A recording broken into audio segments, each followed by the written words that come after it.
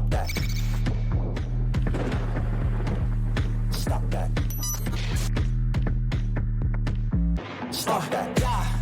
I hear him chat to the noise. Move too quick, can't stop for the talking. I hear him chat with the walking. Just too sharp with the prize. White girls let it tell me I'm awesome, yeah. Hot like fire on the pan. If you wanna touch my please use caution. Cold like 0 degrees. I'm out the cage, gotta let out the beast. Revolutionary, gotta let out the streets. Locked in a cage, I'ma let out the sheets. We came for one man, forget my peace. You take the west side, take on the east. I'ma put him in the cage, never let out the. Yeah, I hear him chat to the noise. Move too quick, can't stop for the talking. I hear him chat with the boys. Man so tough, but mans keep walking. Yeah, just too sharp with the prize. White girls, let it tell me I'm awesome. Yeah, hot like fire on the pan. If you wanna touch my please use caution. Stop that. Stop that. Stop that. Stugotz out again with a toothache. I'm pretty sure he's going to miss the draft tomorrow night as part of the award-winning God Bless Football's coverage of the draft with a toothache. That is early for that advertisement to come up on our show. It says with Stugotz, Dan Le Batard Show with Stugotz, but neither Dan Le Batard nor Stugotz. Well, maybe Stugotz will be there. I don't know. But at present, he has a toothache and can't make it. Greg says this is his hell week because the draft has produced already a couple of anonymous quotes. Okay. Oh, boy. Yeah. A head coach was quoted by Diana Rossini as saying there are no Robert De Niros in this draft. I don't think young people know what that means. There are no. Love it. That is an old coach with saying that there are no great players in this draft. It is not going to stop us from covering the holy hell out of this draft. But Shedeur Sanders is now getting smeared anonymously, even louder than before. An NFL assistant coach, according to Tom Pelissero, quote, "The worst formal interview I've ever been in my life. He's so entitled. He takes unnecessary sacks. He never plays on time. He has horrible body language. He blames teammates. But the biggest thing is he's not that good." This is the famous guy in the draft, and this is the famous thing that happens this time of year every time to usually somebody who looks a lot like Shedeur Sanders when the anonymous quotes come flying from the people who still admire Robert De Niro as a marquee movie star. The old coaches are speaking anonymously. I hate this. One of the many reasons I hate this time of year. Well, if Marv Levy and Don Shula were still alive, the reference would have been there are no Laurence Oliviers in this draft. So we have moved forward on that. Progress. But it's a terrible draft for quarterbacks. I've been saying that, and I sound like a curmudgeon. I sound like I'm anti-Cam Ward. But he'd be the fourth or fifth best guy if it was a year ago. He's the luckiest man on earth right now. Maybe last year's was just really good. This year's is not good. We had Field Yates. Maybe this one's average and last year's was great. Okay, we had Field Yates on our podcast, The Greg Cody Show, and he talked a lot about the draft and the quarterback, and he totally agrees with me. Shedeur Sanders will be lucky to go ninth to New Orleans. After that, he could really, really tumble in the first round. I hate anonymous quotes. As someone who's in journalism and occasionally has used an anonymous quote, I really, really hate them because the reader has every bit of entitlement to think, is that a made-up quote? Is he just making that up? Because it's possible to do that, in journalism. So if you're anonymously quoting somebody, I take it with a grain of salt. Okay, so before we get too deep into the NFL draft, and we're not going to do a lot of this today because Stan Van Gundy is going to be on with us, David Samson's going to be on with us. I do want to talk to Chris, Mike, and Roy about something that I found disorienting last night. I don't know if Jess checked in with the hockey game. She was at a lovely party that I was invited to very late, too late to get to. Late enough to make me wonder whether I was actually wanted there. I don't know. Wow. But we'll get into that with Jess in a moment. If I get a lot of these from you. A lot of these very late invites where I'm supposed to mobilize and find myself in South Beach, like at, an hour I don't beforehand. blame this on Jess. I don't even know if it was a surprise party or I don't blame this on Jess. I just got late notice to the party, and it seemed like a lot of work people were at the party. If I may, there was notice of the party in Slack that you didn't see. Okay. Slack. That is me. That's me slacking. Our communication is slacking. Well, not in this case. It wasn't slack. The reason I wanted to ask Chris, Roy, and Mike this is because I am still 30 years in this market. I still walk in today with a level of legitimate confusion about how much progress has been made in this market in hockey. When I'm coming in today and I'm like, what do you mean the Florida Panthers played a no-problem, easy playoff game against the Tampa Bay Lightning? That's not normalized enough for me yet to understand that the playoffs begin with, Tkachuk rested. That's what that looks like when it's not him trying to play as a torso the last 2 postseasons. Him rested. Nate Schmidt, you got to be Schmidting me. Get out of here. Nate Schmidt, 2 goals. I'm not yet in a place where I get that this is the best hockey team in the world.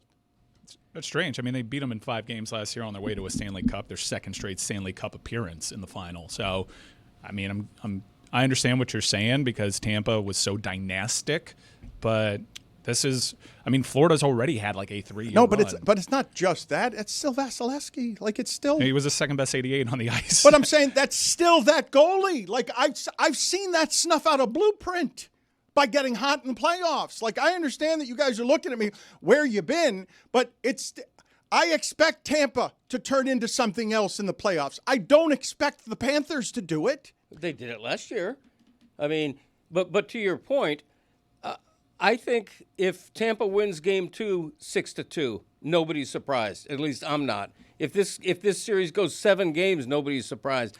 These games are close. I would Greg, not. The hockey playoffs have started, and the teams are close, and the games are close. But I would not put too much emphasis on the fact that they won Game 1 easily, because I think it's going to be okay.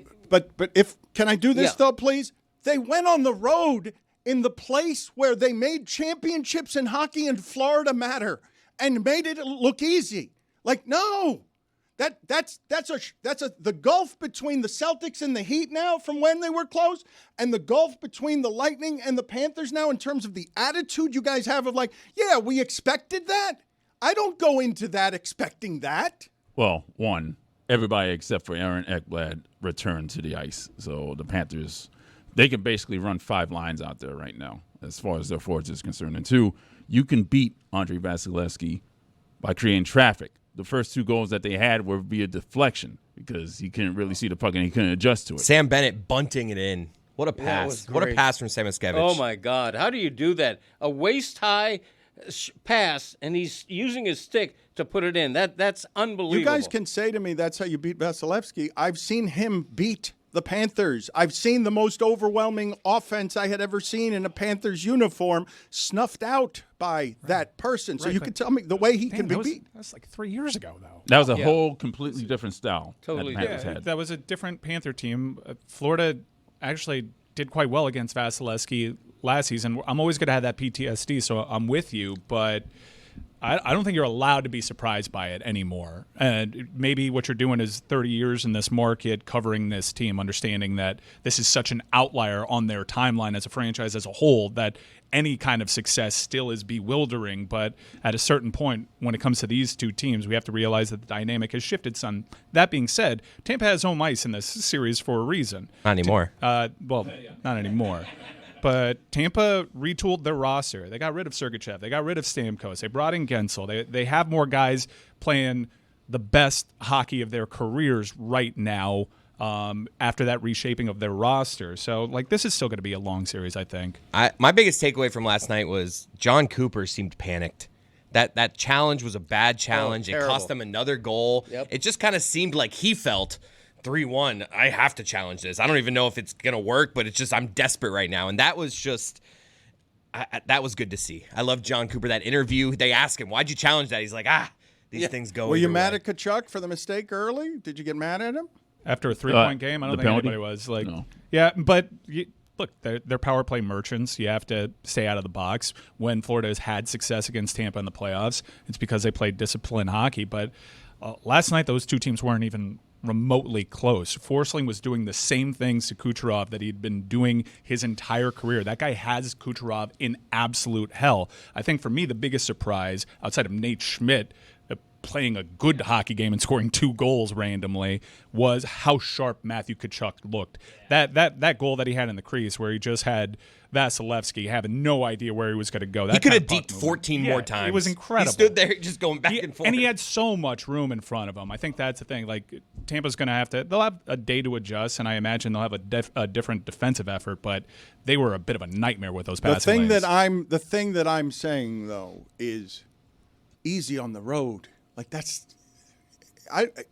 the amount of excellence that the Panthers are presently giving us ranks historically now over 3 years with any of the best of what we've had in this market.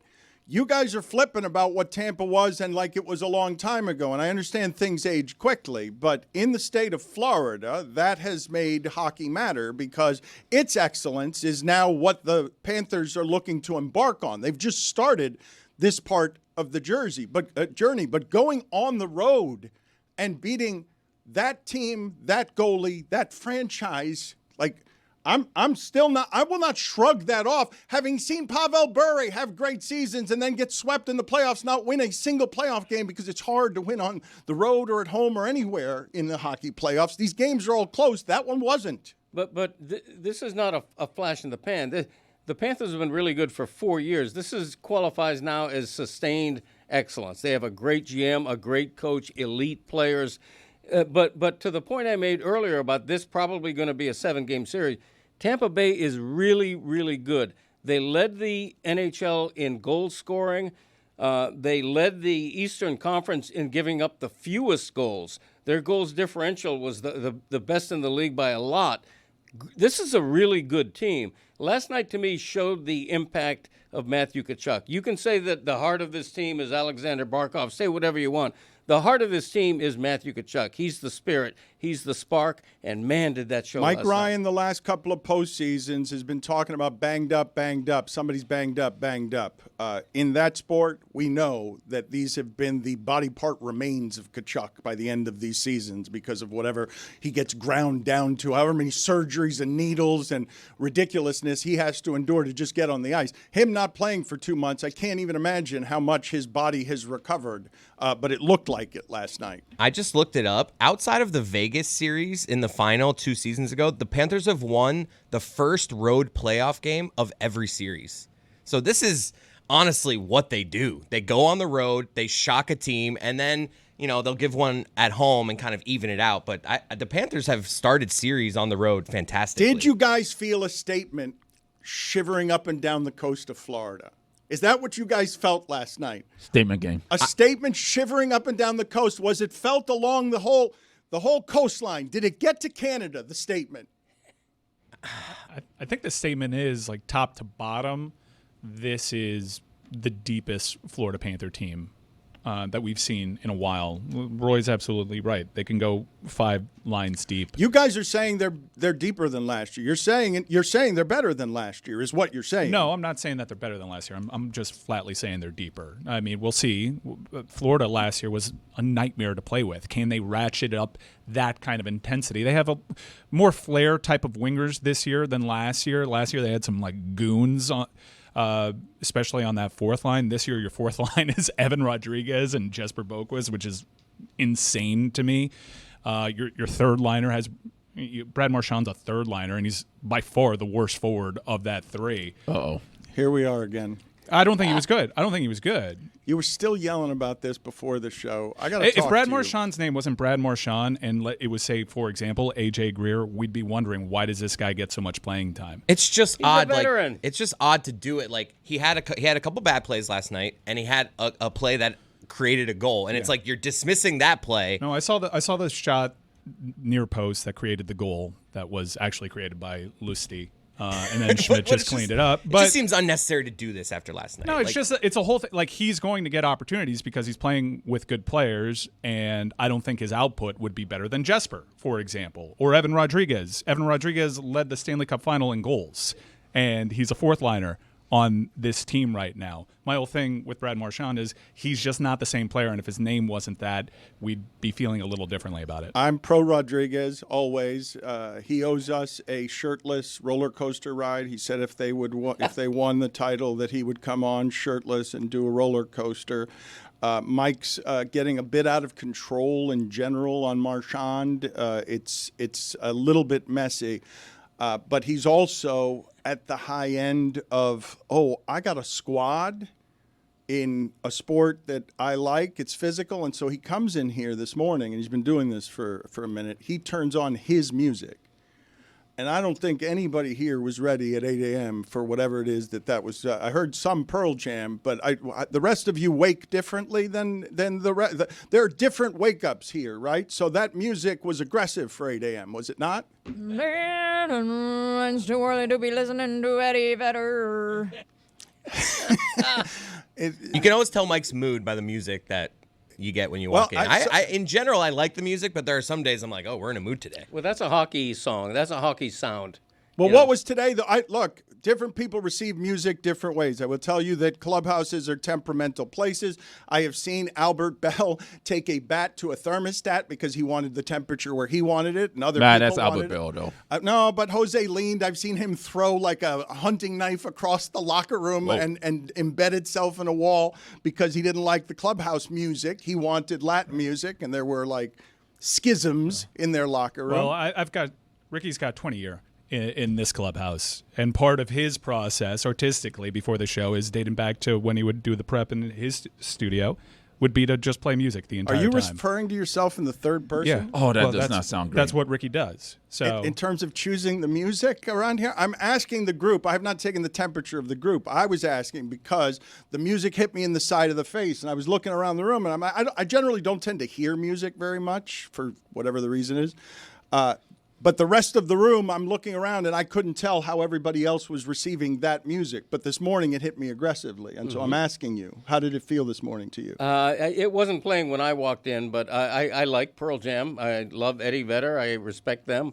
And like I say, it has to fit the mood. It has to fit. If we're talking about the Panthers coming off a big win, that's a song that fits the mood. Okay, because it did feel like a hockey. It did feel a little. It felt like after a Game 1 hockey playoff went in here, and I wasn't ready for it in the morning. It was an angry confidence, is how I would describe it.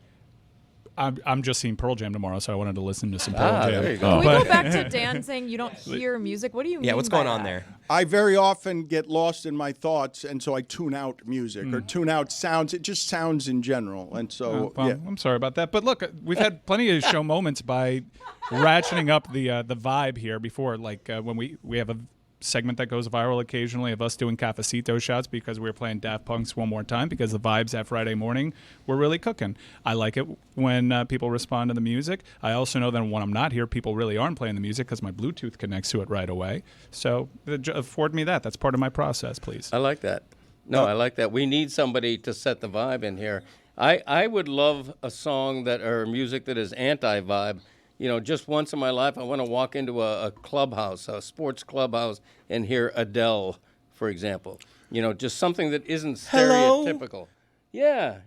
We do that all the time over here. Yeah? Like, I'm very moody. And what kind of vibe is that setting, though, if you're playing Adele? The thing thing that I would ask about my aesthetic and my vibe at this late age in life, when I'm walking in and I'm telling Roy, Mike, and Chris, and like, yeah, no, Dan, they're champions, and we expect to be champions because we're the Panthers and we're champions, and we're going to walk around like we're champions, and I'm supposed to get used to, you just dropped a half a dozen goals on the on Tampa Bay Lightning, and I come in here, and because I know what the next 3 months are about to feel like for us in terms of a ransacking, we've got to pace ourselves. Your son has been heavy-tongued, and we just got started. Like he hasn't been able to speak all week because he watched a Heat play-in game.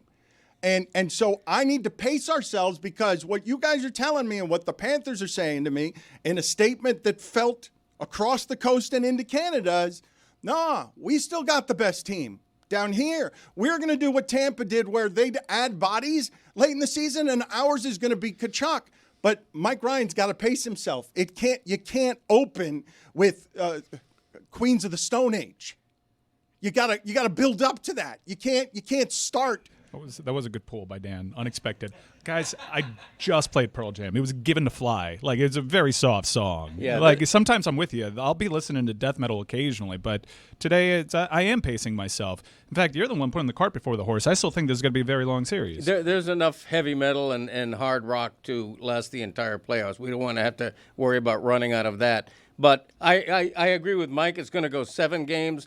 Tampa might win the next game 6-2. I totally reject the idea that it's the Panthers who made the statement last night. They're the reigning champion. It's the other team. Oh, wait that a has minute, to make though. the statement. Everybody on ESPN picked the Lightning. Hold on a second. They were the hot team. No, wait a minute. Everybody picked the Lightning. It wasn't just in the game. It's in the series. It's to get to the final. No. But Greg is saying if you win a championship, you can't make a statement. Like, you never have to make a statement, right, Greg? Like, the statement has been made when you won the championship. Yes, that's exactly right. And when I say the onus was on Tampa Bay to make that statement, Tampa, it was home.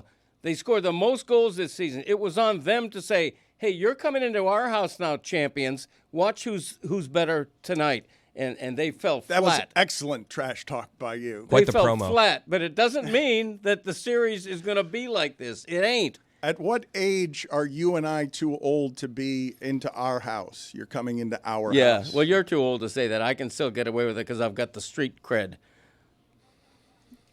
My dad is right. Although they ended up winning 6-2, I buckled an imaginary seatbelt when it was 1-1 in the first period. Like, this is going to be a scary series. Like, I'm not getting overly confident. Roy's not going to do scared. I blame John Cooper for this being a blowout last night. I think if John Cooper doesn't challenge that goal, I think it's a closer game, and I'm still worried about this series. I was not happy about that penalty that Matthew Tkachuk took because that's not a playoff penalty. No, you need that. That was a weak roughing call. Chucky's back, first period, Kucherov, you lay the wood on him. You take the penalty, and you kill the penalty like they did. They gave No, they gave it a goal. They cost them a goal. It was still a good penalty. But keep in mind, That was not a good. No, that was a terrible penalty call by the referee. Terrible penalty. I'm not gonna be that guy. It's fine. You got to be That's careful. what when you Chucky play Tampa. does. Yeah. Like, And what keep are in we mind, doing here? like, we still owe Kucherov a little something. There's a receipt coming his way. All right, I don't like this. It's what Chucky does. There's a receipt coming his way. Yeah, Kucherov was in dirty. our Stuck his leg house. out. We're 1 game in. That's right. And look, we have annoyed the holy hell out of America with Heat Talk the last 15 years.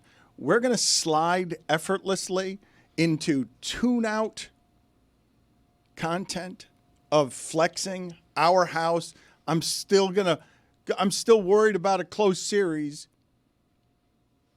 But you just saw a champion, a hockey champion, about to promise us 3 months, 2 months of what Greg Cody's beginning today with what he's calling Hell Week, because he's got the NFL draft. Have you guys not seen the last couple of years the battering that Greg Cody has taken, the difference, the before and after photo on what he looks like by the time we get to June?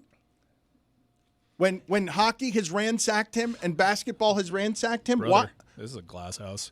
why is this week Hell Week for you? Well, this week in particular, because NFL draft, which isn't happening a week from now, Heat playoffs, which probably won't be still happening a week from now. That could be a sweep.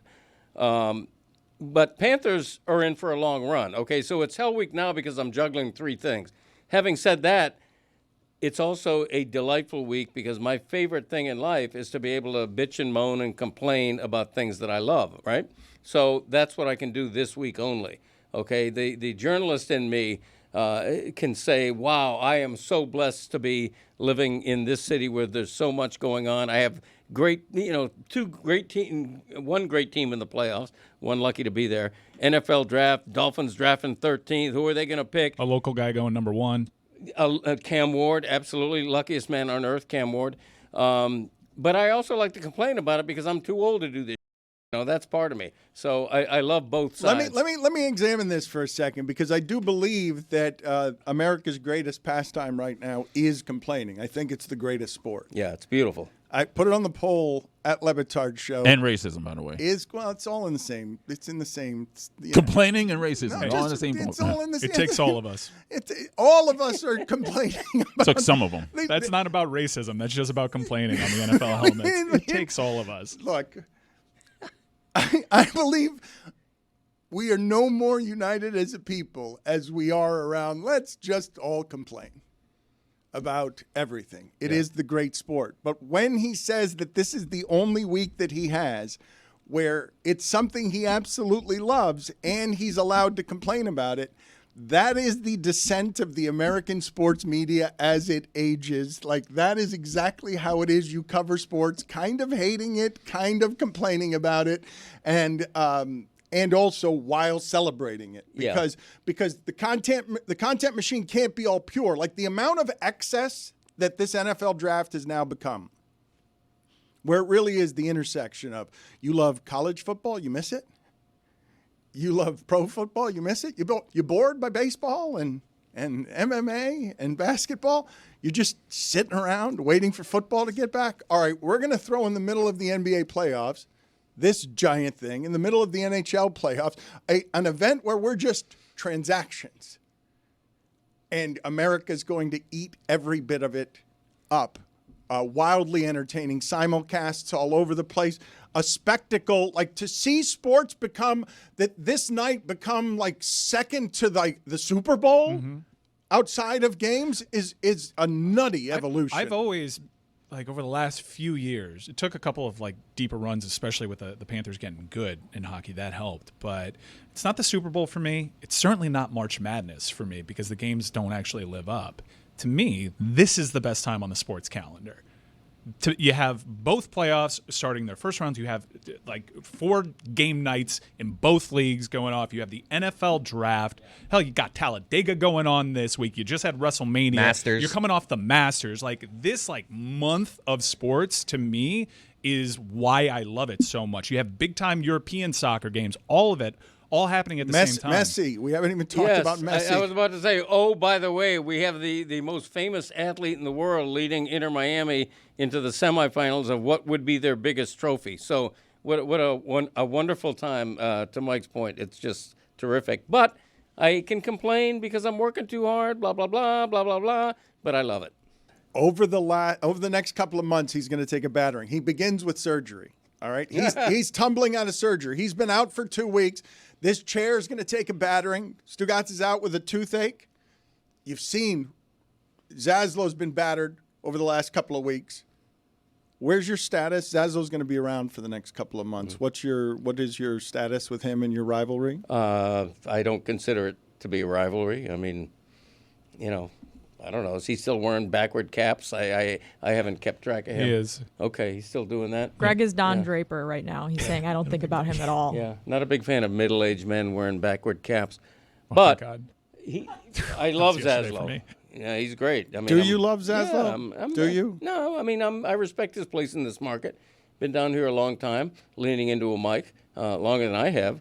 And Can we just replay the last few seconds? You said, I love him. Dan says, do you love him? And you said no. Well, I mean, he doesn't love him. No, I don't, because I don't know him that well. I know him casually. Why did you say you love him then? I'm a nice together. person. We'll do more shows together, and you guys can Do you like him? build some camaraderie. I think the only I like him. Sure, why wouldn't I? I like him. I think the only thing in their relationship that brings them apart is you, Dan. Yeah. Yeah. Like, It's a you point. love It's a point. Yeah, he's a Zaslow, divisive look, force. Right, Zaslow has He's- privately mocked my dad for He's years. doing it. He's like, even like when we're all on the same topic, he'll still like inject, the audience hates this shit. That sucks. Look, Zaslow can mock me I don't care if behind my back he gives you a snarky call about a column I've just written that he didn't like. Could care less. It's a grain of sand on the beachhead that is me. Okay? What a bar.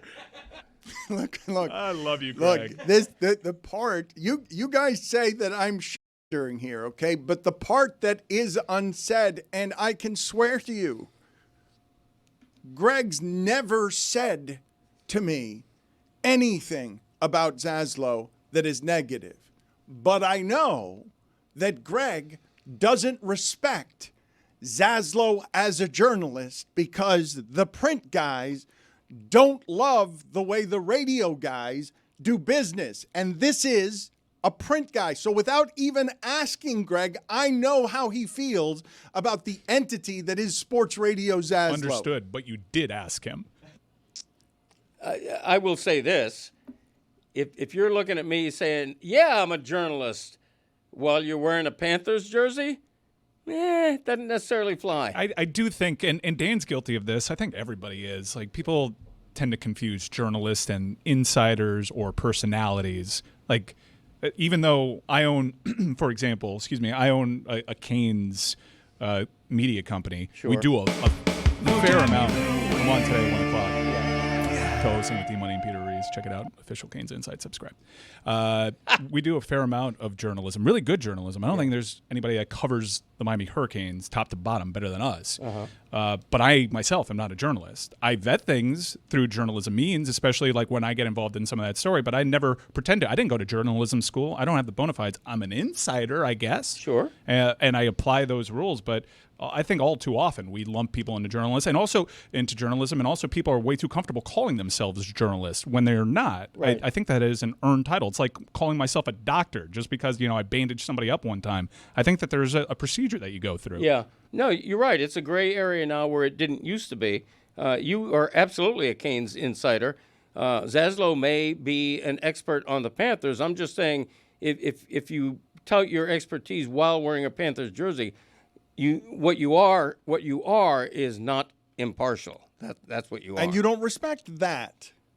I respect it less from a journalism standpoint, right? Like. But Mike, like he went to school. Like he went to school. He's a columnist in this market for a long time. Like I get that.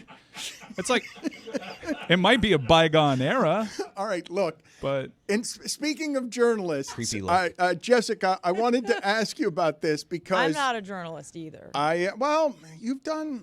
But I do know who Edward R. Murrow is, unlike your son, Greg. Yeah, wow. Did you know that your son didn't know and still doesn't know? I'm sure he didn't look it up when he got home either. That your son doesn't know who Edward R. Murrow is. Edward R. Murrow was the mentor of Walter Cronkite, my son. He doesn't know who that is either. I know he also knows Walter. Yeah. He doesn't know who's Walter Cronkite. Walter Cronkite is. Oh yeah, we are. Like isn't it Mike That's used Richard to do the Nixon. voice? That's Richard Nixon. Finish, Tom Brokaw. Finish the sentence. Brokaw. That's who I thought. He has no idea. In that same vein, he's the Okay, same thing. look. Journalist. Terrible news today as There you you go. confuse me with Walter Cronkite. Those guys are close. No. I'm from the greatest generation. Okay.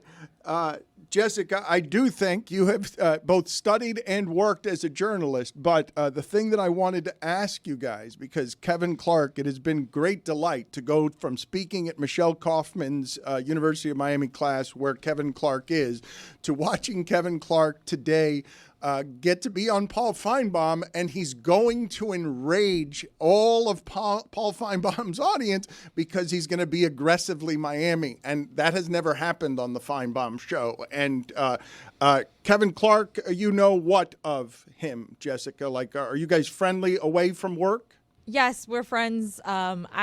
These photoshops of Kevin Clark as Paul Feinbaum that I'm seeing neither look like Kevin Clark nor Paul Feinbaum. Alarming. And I would like maybe... Like we need more journalists. We need more people proficient in Photoshop to be working in this field because these are very poorly done. Greg Cody, that's a $5 fine. Your phone is not functioning correctly. Please pay the fine bucket. When you hold it below the table, none of us know what you're doing. Yeah, That's I good. sure will. So sloppy work by you. Yeah. I expect this to continue to get worse. What are you guys expecting from Kevin Clark on Feinbaum? He's going to represent Miami, correct? Oh, yeah. I know parts of the audience get annoyed when I hijack this show with Canes Takes. Buckle up. Because Kevin is going to espouse all sorts of, like, anti-SEC things, too. Like, he's going to take advantage of his audience there. I'm so excited to watch Kevin do this. And I know, like, Kevin relishes this opportunity. This is like a holy grail assignment for Kevin Clark. Is he going to be able to, from inside the machine, troll Feinbaum's audience by being a professional wrestling heel in costume as an actual journalist / insider? Because he's Kevin Clark. He's going to give his takes, which are very pro-Miami, but the way that he does things, it's so matter of fact that and dry that I'm going to really enjoy him doing that to an SEC heavy audience. But here again, getting back to what we were talking about a minute ago, if he's going on there for the express purpose of cheerleading the Miami Hurricanes, yet you just referred to him as a journalist? Kevin Clark is a journalist. Not going there for that purpose. So, He's going there a journalist, by however you define journalism. Kevin Clark is a journalist. Okay, so he's allowed to just blatantly cheerlead Excuse for me. Do Miami. you not watch Mike Greenberg giving speeches to Northwestern football, or Mike Wilbon giving speeches to Northwestern football, or J.A. Adonde giving speeches to Northwestern football? Okay, it's one thing, though, for Wilbon to be a Chicagoan who's a Bulls fan. Okay, I grew up a Dolphins fan, but today, in my journalism clothes, I don't cheerlead the Dolphins. I try to be fair. Whoa. You're a homer. Whoa, come on. I think it's part of what's baked in as a local columnist. You're supposed to give an impartial view, a fair view. But you do kind of, it's all through the prism of like, we're in this together. We're rooting for this. When FAU makes it to the Final Four, people know that you have a relationship with that school. You wear it. I think school ties, even though, I mean, Stephen A. Smith is the biggest Knicks fan on television, when it comes to university pride, like that stuff has long since been accepted. Like we understand this bias. It hasn't. I mean, there is a lot of journalists that I've worked with that would tell you that that's not true at all. And if you have any sort of allegiance to your alma mater anywhere, like that's super unprofessional. And I don't necessarily disagree, but I think there's context for it. Like if you're someone hosting a entertainment show, that's different than if you're writing an investigative piece or if you're working in a market where you're supposed to have impartiality. Then that's not what a lot of our jobs are anymore. I think that's really how sports media has changed a lot in the last 10 years. And now if you're following a reporter, you probably follow them on social media. You might know more about them than you did 20, 30 years ago. And it's harder to hide when you do have those biases. So personally, I think that it's better to just wear it, because your audience knows a lot about you now, and there are very few jobs left where you can be just someone who writes for a living and is not part of social media and is not someone that becomes a public figure. And I think that that's really a huge flaw in media now, but unfortunately that's kind of where we are. I feel like I have the exact crossroads for you on where all of these things intersected, because Tony Kornheiser and Mike Wilbon were doing print journalism on television for several years, but it became clear that as they did shows every day, Wilbon's in love with Michael Jordan, and Wilbon's just in the tank for all things Chicago. And then I think it all came crumbling down when Wilbon went to throw out the first pitch in a Cubs jersey with the jersey tucked into his jeans. And we all said that's where journalism died right there. The local sports columnist went national, became an entertainer, is singing "Take Me Out to the Ball Game." And next thing you know, I'm banging on a drum in a Panthers game because all these guys did was lead.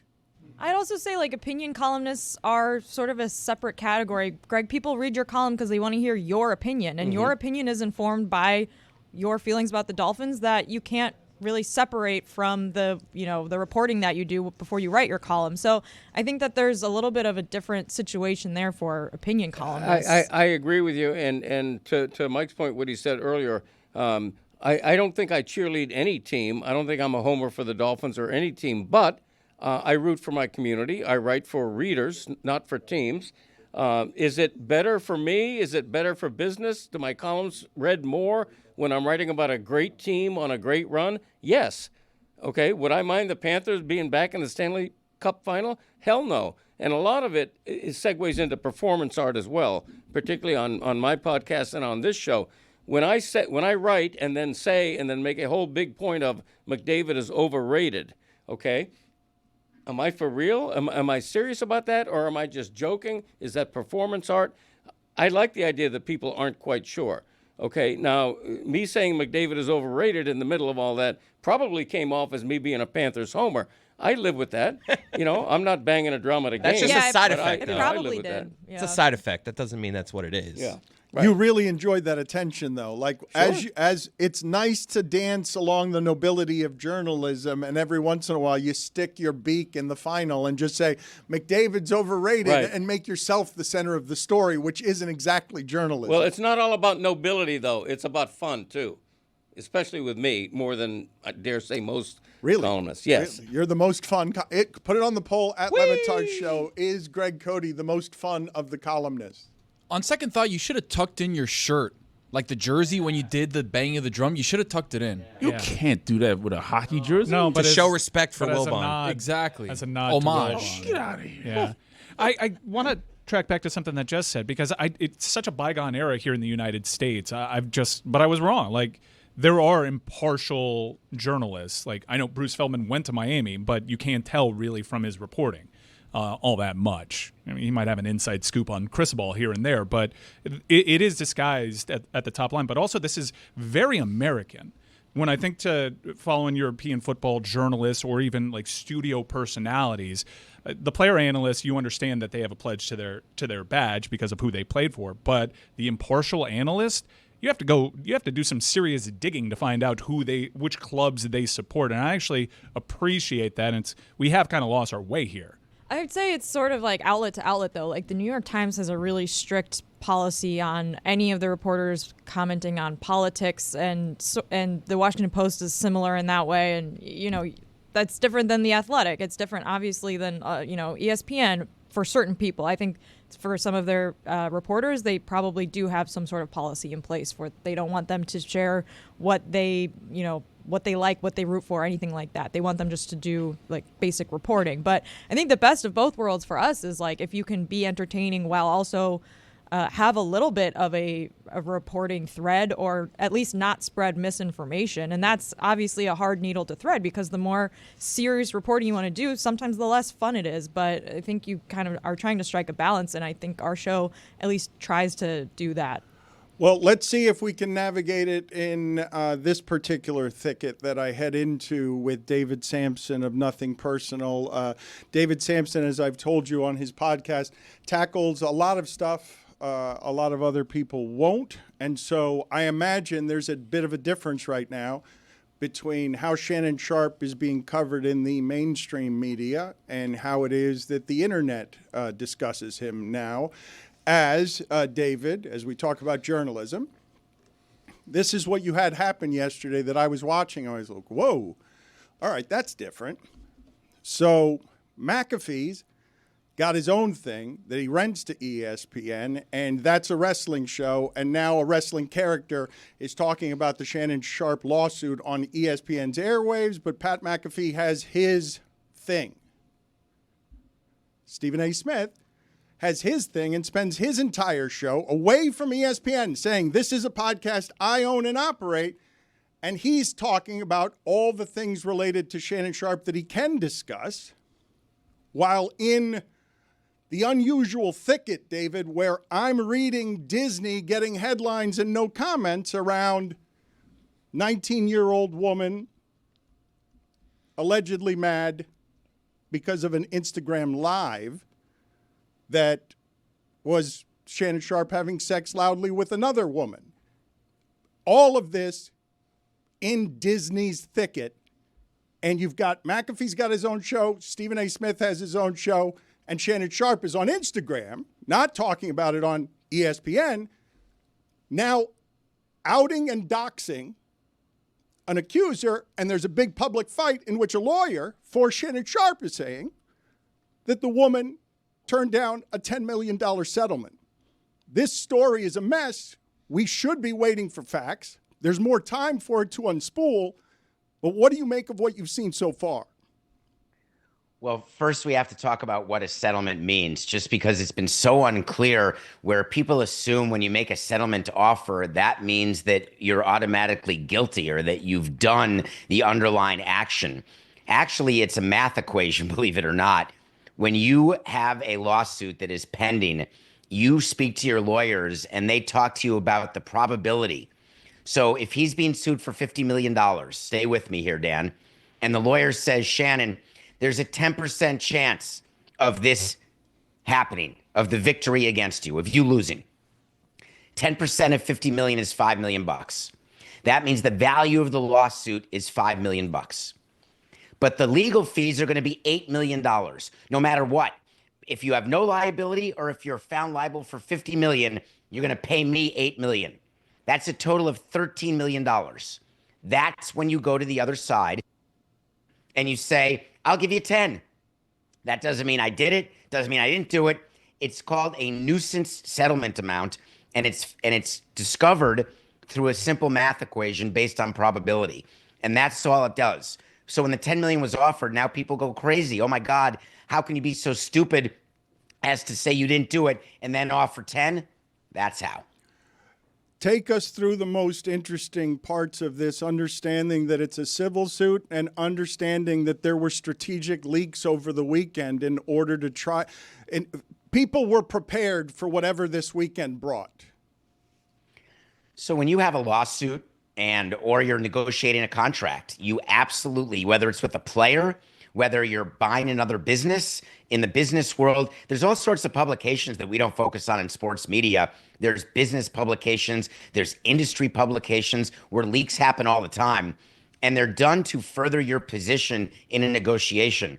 It is no shock that Shannon Sharpe has out there that there is a $100 million offer for his show, that there are multiple $100 million offers for his show.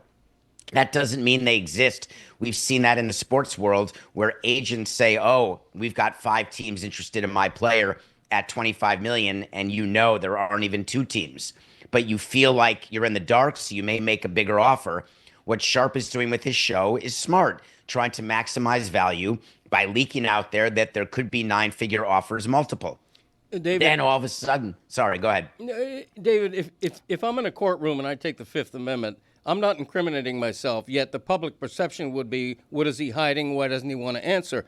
In this case, would you agree that Shannon Sharpe, if it's true, offering a $10 million settlement from a public relations standpoint sort of makes you think... Did you not hear what he just said, though? Did you? I understand, but we're talking about public perception now.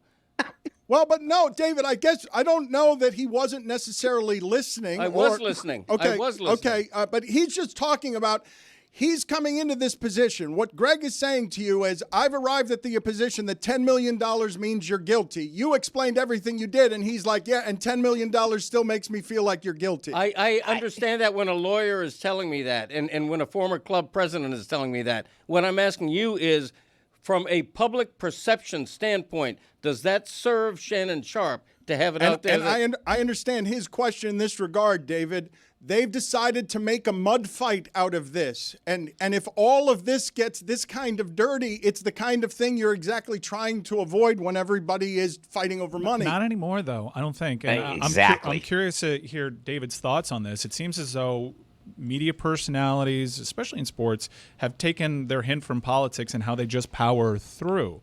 Steve Smith, his name is in the news cycle for 2 days, and he moves on. He persists. Shannon Sharpe has learned that, especially when it comes to Busby, this is the exact same. Busby sued Jay-Z, and he is going about it the exact same way that Jay-Z and his camp did, and that was very effective for Jay-Z. So, David, I'm curious your thoughts on this bit of sea change. We're dealing with a societal shift when it comes to moralities applied to these things. The punishment that people get just for allegations is also shifted because Shannon Sharpe, back in the day, he'd be pulled from television for 5 days even if he didn't do anything at the very least, and that's kind of changed. They're affording him the opportunity to defend himself. It's a bit different these days. Well, what's interesting to me is whether or not ESPN was involved in the decision to allow Shannon Sharpe to make the statements he made, because you tell your client, it's the number one rule, be quiet. Anything you say is not going to help you. But now with social media, the shift is, it doesn't impact the jury. It doesn't impact what an award would be, but it impacts your ability to monetize your platform. What Shannon Sharpe decided with his lawyer is that the mud fight and the publicity on your show, Dan, on Steven's show, on McAfee's show, everybody's talking about him. And the equation was, we are not getting lower offers for my Club Shay Shay and all the stuff that I do as a free agent just because I'm involved in this mud fight. As a matter of fact, what I'm learning is I'm getting more offers and more money. The more outrageous things are. That's what bothers me about this, is that the moral center that used to exist for what Mike just described as the 5-day rule, which is if anything you are accused of, a network would pull you. It would be called administrative leave, paid leave, you can call it, but you would not be on the air, and therefore you'd be silenced because there was no social media. There'd be no way to get your point across. Now, companies have been neutered because employees have the ability to reach more people almost on their own. So Shannon Sharpe has this strategy. Will it work? The only way we'll know is with his free agent signing as a podcast. It's not about the settlement with this woman or Tony Busby or any of it. It's what happens to his show. And if his show becomes less valuable, then you know that they made the wrong decision in terms of PR. But David, you're watching this play out, right? We're all seeing the same thing. If the numbers are reported at 100 million for Shannon Sharpe, you're looking at McAfee, Shannon Sharpe, and Stephen A. Smith are all worth the same thing. They are all getting the same contract, and they all have their side gigs. And so Stephen A. yesterday is in the weird position of, it felt like to me, David, I don't know if you heard what he was doing on his own show. He's in the unusual position as he's considering a presidential run while building his own thing. And it felt to me like he wouldn't want Shannon Sharpe to be back on the air, but we're playing a totally different game now where McAfee, Stephen A., and Shannon Sharpe all have the same amount of money and power. Well, you also have to just think about who's president now and what platform that Trump used to become president. And you think if Stephen A. Smith is going to run for president, he was very measured in his 20 minutes on his show.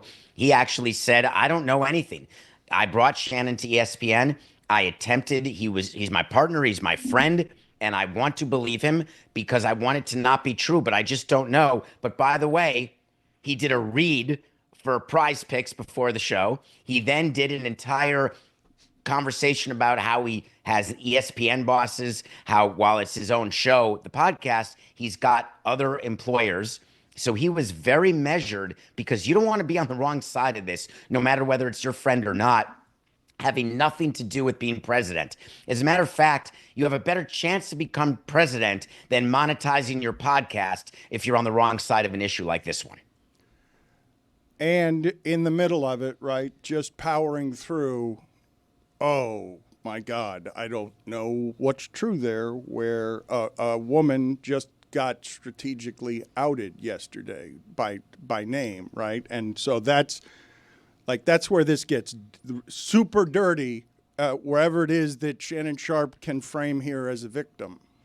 Yeah, I'm not a journalist, but I thought that there was a rule that everyone followed, that you did not disclose the name of a victim of a sexual assault. I just assumed that rule was still in place. And you do file under Jane Doe in order to, that's very common. It's common both criminally and civilly in order to protect the name of the person involved, the victim. But in this case, what Shannon Sharpe did, you have every right to name a person. You have every right to defend yourself in any court of law, any legal action.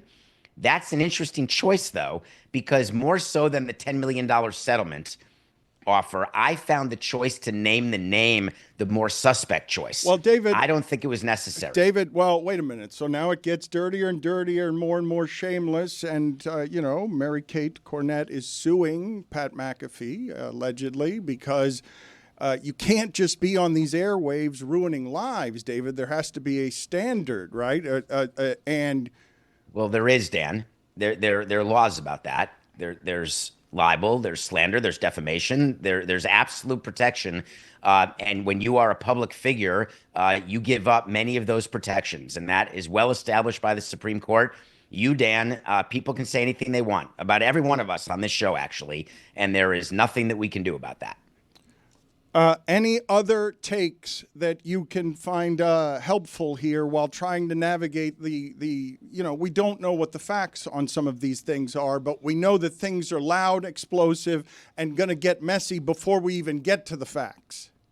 Yeah, the biggest thing that I'm thinking about is Disney. And, you heard Bob Iger at the World Congress of Sport talking about the DTC, the direct-to-consumer that they're going to have with ESPN. Jimmy Pitaro was talking about it. They have a lot of eggs in that basket. We don't know what the name of it yet is, but what we do know is that it is so critical for Disney, for the Disney company, and for its share price, is to make this ESPN new platform successful. It is so critical whether there is any shine that gets tarnished by any of the people in that orbit. And that becomes a big deal in the boardroom, because in the Disney boardroom, they don't much care. And I know you don't understand or believe this, actually. Not understand it. Of course you do. They don't really focus on, oh, wow, McAfee's famous, Le Batard's famous, and so is Stephen A. and Shannon Sharpe. They're great voices. In the boardroom, they're focused on far different and bigger issues, and they're not going to let anything get in the way of a company being profitable and growing. And so Shannon just has to be careful here, although I could argue that everyone should always be careful in every regard, but often they're not. What would you have been advising Shannon Sharpe around the idea that First Take and Disney isn't going to want any of this around them? There's going to want to be some sort of separation, even if we're doing innocent till proven guilty. So how do you? Well, it's not criminal. You're the second person in the media who said that. No, fair point. Yes, Just it's a civil. keep in mind. Yeah, my bad. So that threshold is different. It's not even beyond a reasonable doubt. That's all criminal, and this is not a criminal case. So, and this is not me defending Shannon or not. It's not about that. I'm just trying to give you the facts.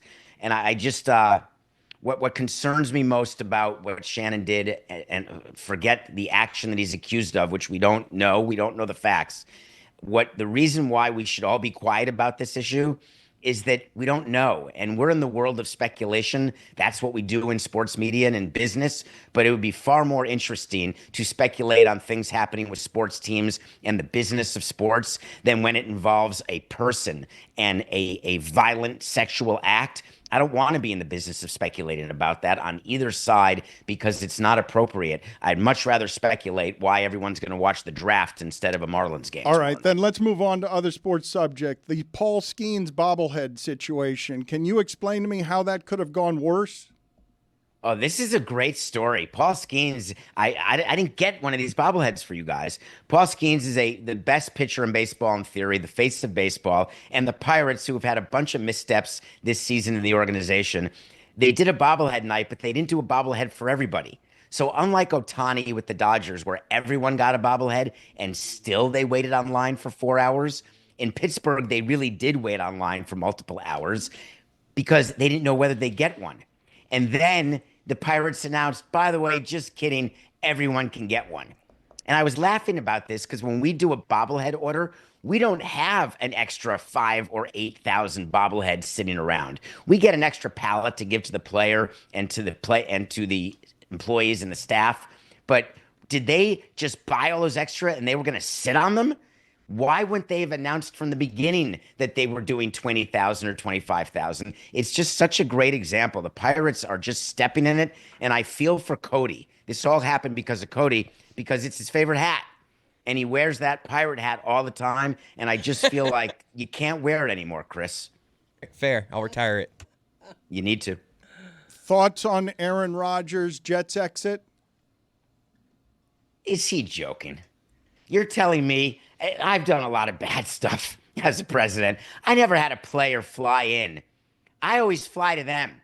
I flew to Pittsburgh to fire a guy. I went to a guy's house. I went to a guy's parking lot, to the airport once. You're telling me that Aaron Rodgers got on a private plane, flew to New York, and Aaron Glenn said in the first 5 seconds, we're not bringing you back as quarterback? Give me a break. I'm not buying it for 1 second what Aaron Rodgers is selling about Aaron Glenn. He just sounds like a bitter, washed-up quarterback. So why is he doing that? I think he's trying to elicit sympathy because people said, well, I can't believe you had to spend money to go get fired.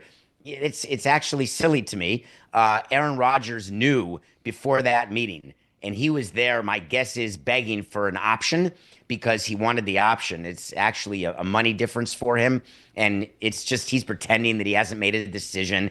All of it is just straight poppycock to me. Aaron complained a lot about the leaks inside that organization.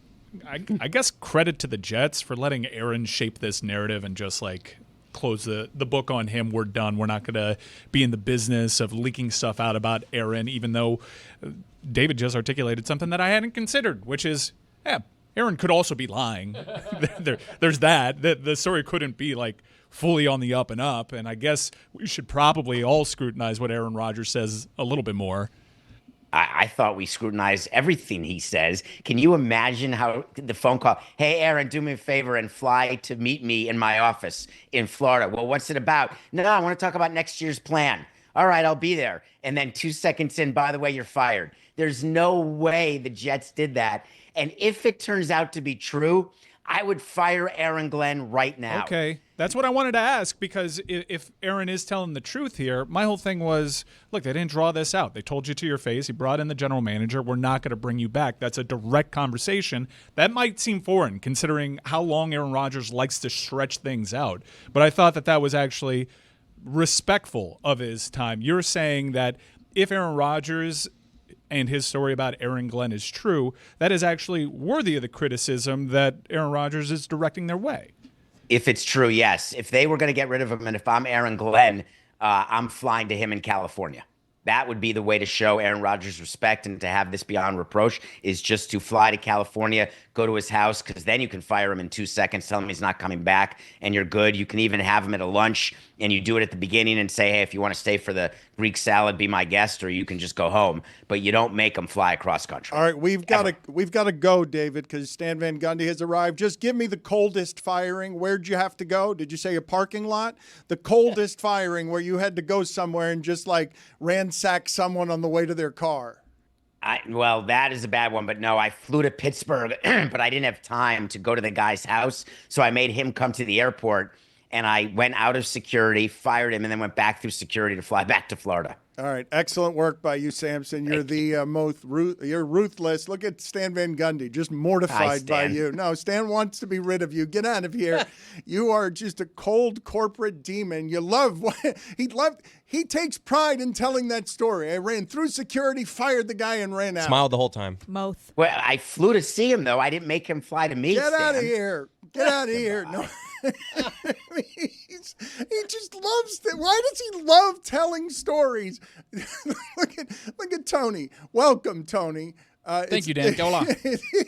You're disgusted by David Samson. No, I'm never. The thing is, like, I continually hear these stories of how David has done terrible things to people, right? But then he one-ups it every single time, where I'm like, I didn't know he just went. Like, he literally, you know, the meme, I don't know I think it's a Family Guy, where he comes in, puts his hat on the little rat. Is it Simpsons? Comes in, puts his hat on the rack, comes back out, and just goes back. Like, that's David Samson in the security line of the airport. Hey, by the way, buddy, you're fired. See ya.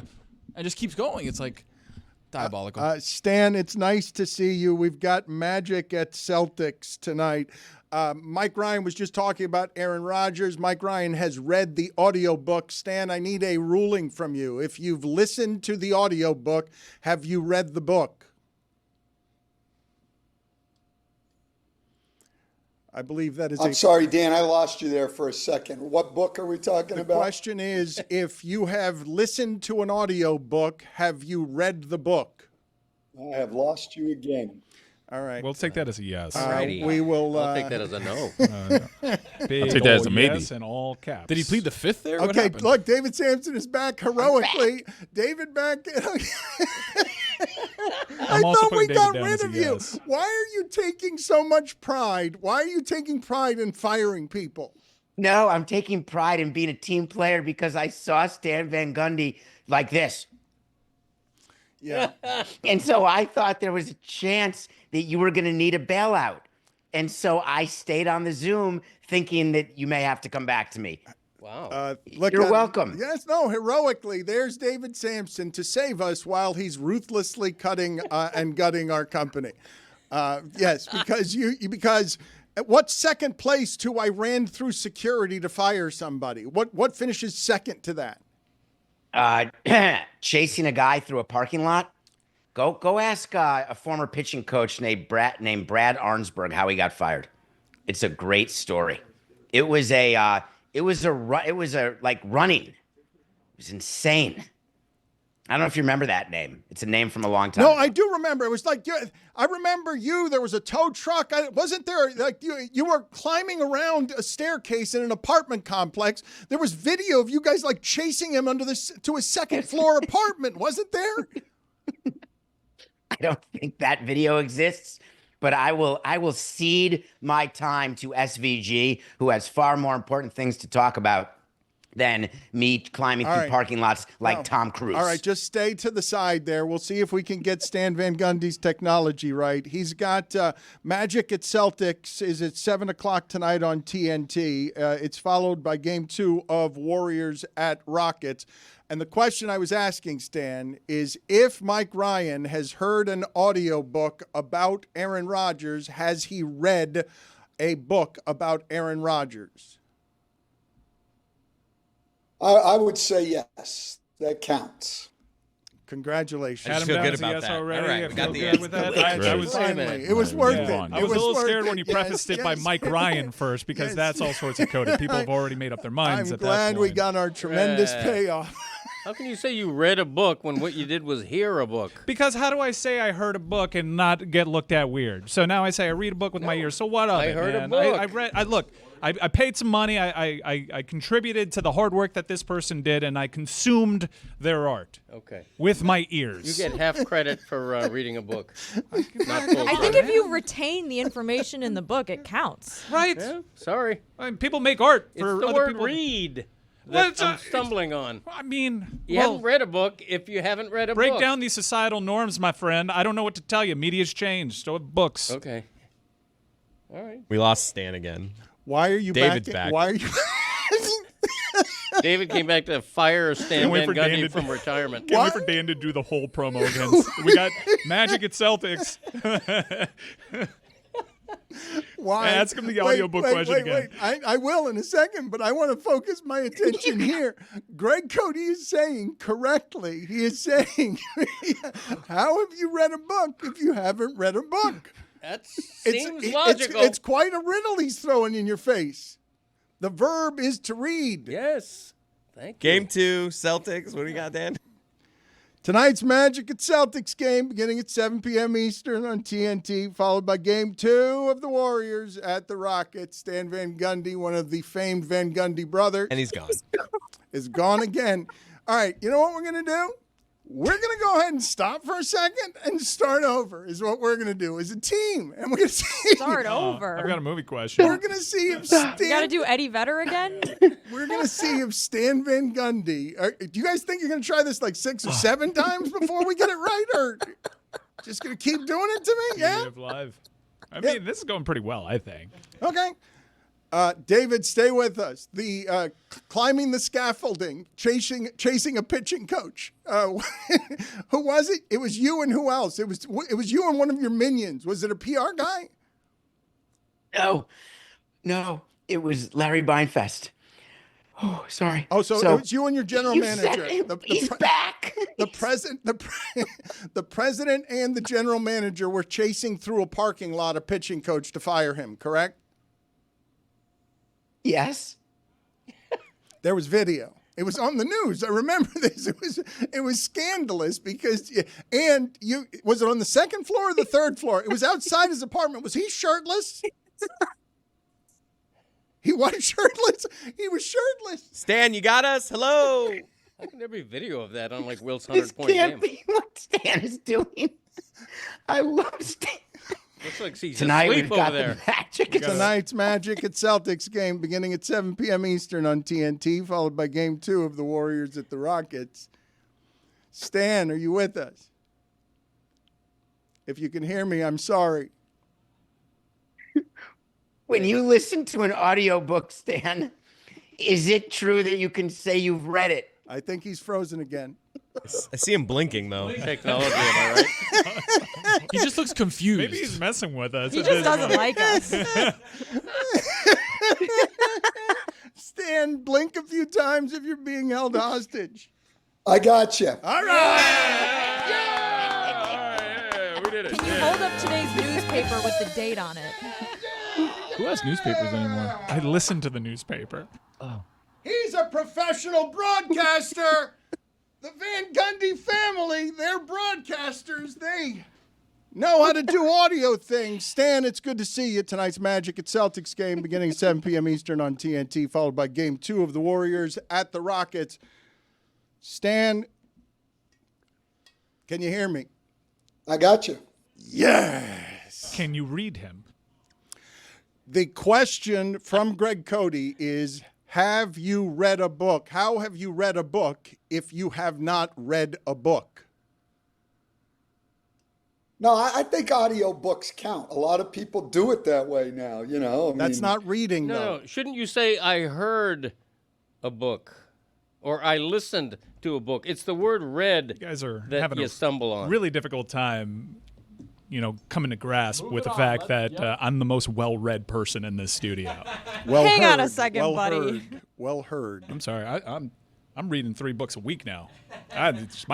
My ears are tired from all this reading. I'm reading Robert Caro's The Power Broker right now. I'm on Abundance. Oh, yeah. Is that 1,300 pages about highways and parkways in Long Island? I don't think so. It's actually about highways and parkways in California.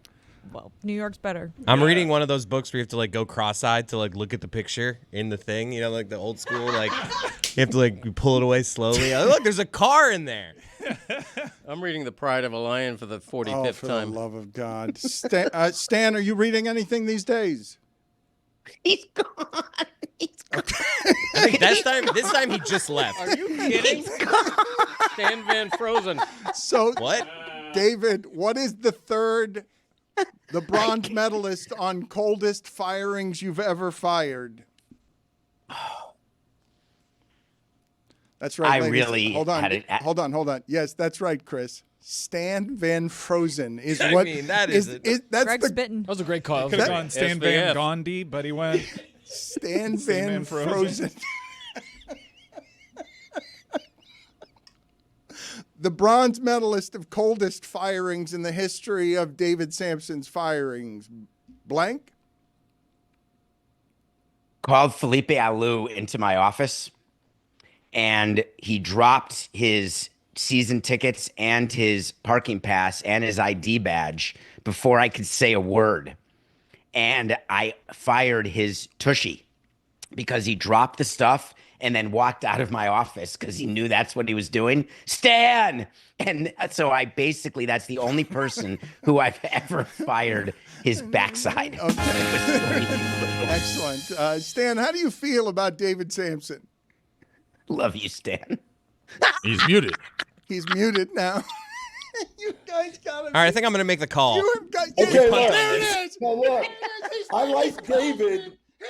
I like David, but I've been on the other side of more firings than I have fired people. So I look at it from the side of the people being fired, and it's not a pleasant experience. I remember I went to Daryl Morey's thing at Sloan Conference in Boston one year, and I was on this panel, and a hockey GM was on there talking about, what a rough day it was for him when he had to fire his coach and the whole thing. Like this was some big sympathetic thing for him. This guy had been his friend, and he had to fire him. And then it came to my turn. I said, well, I'll guarantee you it was a hell of a lot harder for the guy you fired than you. Like, I just don't have a lot of sympathy for you talking about how hard it was to fire the guy and the whole thing. Maybe it was, but the other guy's the one who lost his job.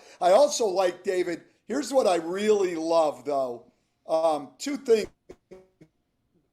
that I really, really love when front office people fire somebody. Number one, to justify their decision, and they go in a press conference and absolutely kill the guy on the way out, like with a bunch of BS, and I hate that stuff.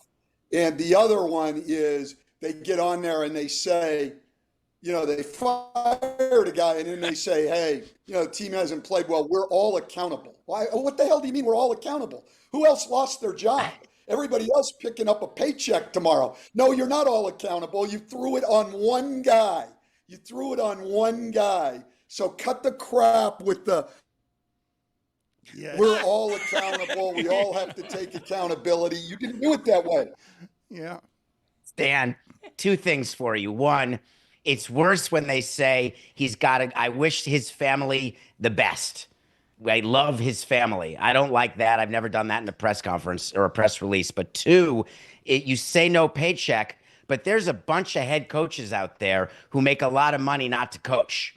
And so I agree with you if they're being fired like as their contract is expiring, but often you have an opportunity to make money, not to have the service of working with some of those owners and GMs.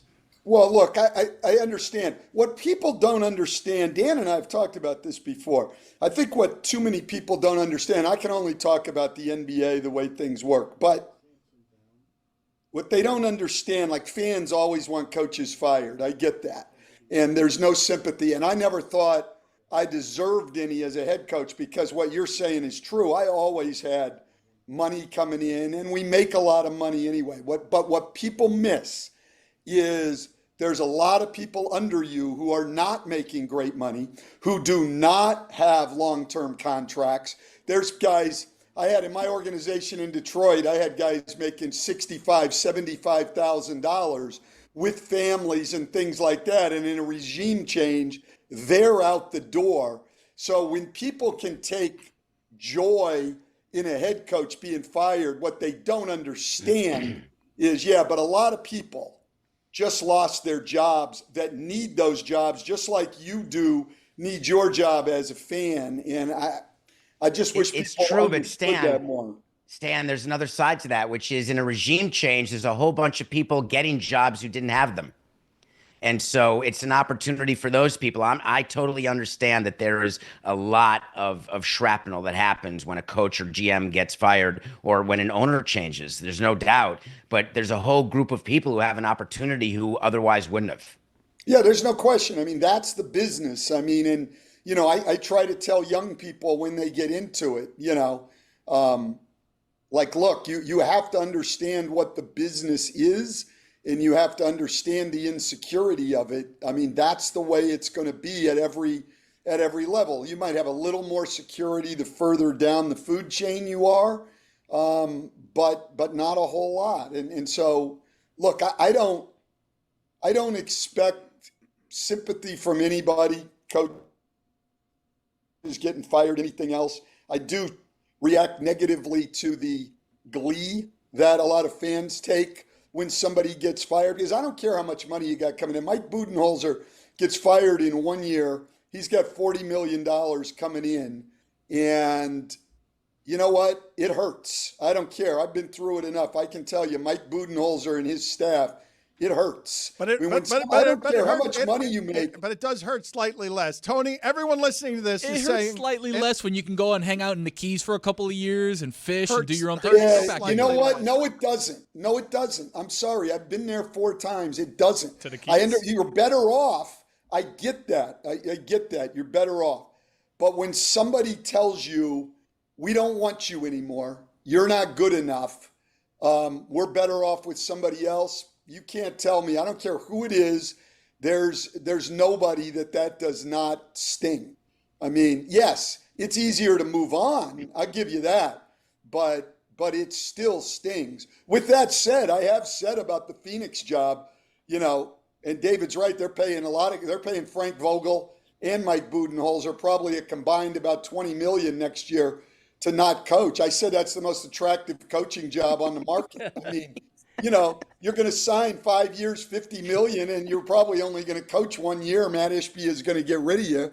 So, if you're somebody especially who wants a short-term job for a whole hell of a lot of money, Phoenix is your destination in the NBA. Stan, I have a question for you because it might couch this segment a little bit better. Have you, maybe even before you got into coaching, were you ever fired from a job where you weren't given millions of dollars in compensation? Well, when I got fired at the University of Wisconsin, I didn't get anywhere near millions of dollars in compensation. I got adjusted for inflation, though. You got something. Well, I mean, okay. So now you're saying, Stan, you were old at the, you're old. Oh, I'm saying and that happened a long time ago. I got you, Mike. Okay, a little subtle. No, he's gonna He's about to trap you here on which hurt more and which hurt less. I'm just saying, I don't know if you have the data points to be fired without a huge compensation package. I'm saying it is definitely easier to move on because you don't then have the concerns about, being able to support your family and everything else. It's definitely that part's out. Yeah, but that part is the whole part. It's a for huge me. concern. It's a big part. You know what? How do I eat? It's a big part. You think it's the whole part to you. until it happens. And let's not forget, for these guys getting fired, it's not happening like most people getting fired where nobody knows about it. These are very public things. It's out in the newspaper, and there's going to be all kinds of commentary. Why did Michael Malone get fired? Why did Taylor Jenkins get fired? People ripping apart, their coaching, their character, everything else. Yeah, I've been there, so I can just speak from experience on that. I'm with you that it doesn't hurt as much in terms of you can support your family, but that shit hurts, man. All right, so Stan, what would hurt my ego? Losing a house. Yeah, well, so I want to tether Stan and to something here, because I know how much this man cares. So when he's rummaging around in the shame of having failed a bunch of people relying on him for their jobs, he's saying the money doesn't heal whatever guilt he feels when something like that happens. And I get that articulation.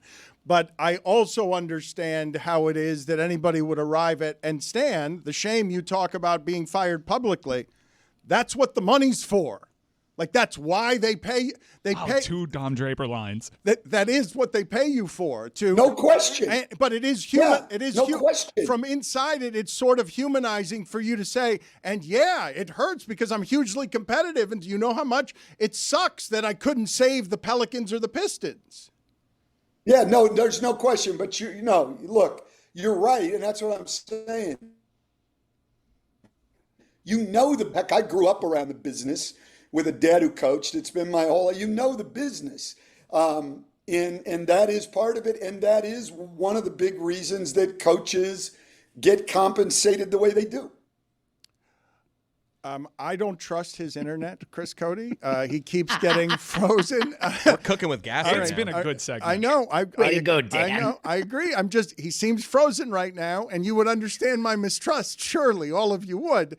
I want to talk about the basketball from last night, because the Lakers and the Timberwolves both shot 20% from 3, and now the Lakers story gets to continue, because it would have been bad for playoff basketball if the Timberwolves had won that one as well. That wouldn't have been a lot of fun. And he's gone. Okay, that is excellent. It's just so good. Needed to get to the back end of the doubleheader. It's so good. Isn't it funny how Oklahoma City's there? Like, we won 68 games and we have to play the Clippers or the Nuggets next? Like, what the hell? First time watching them. Do they always win by 50?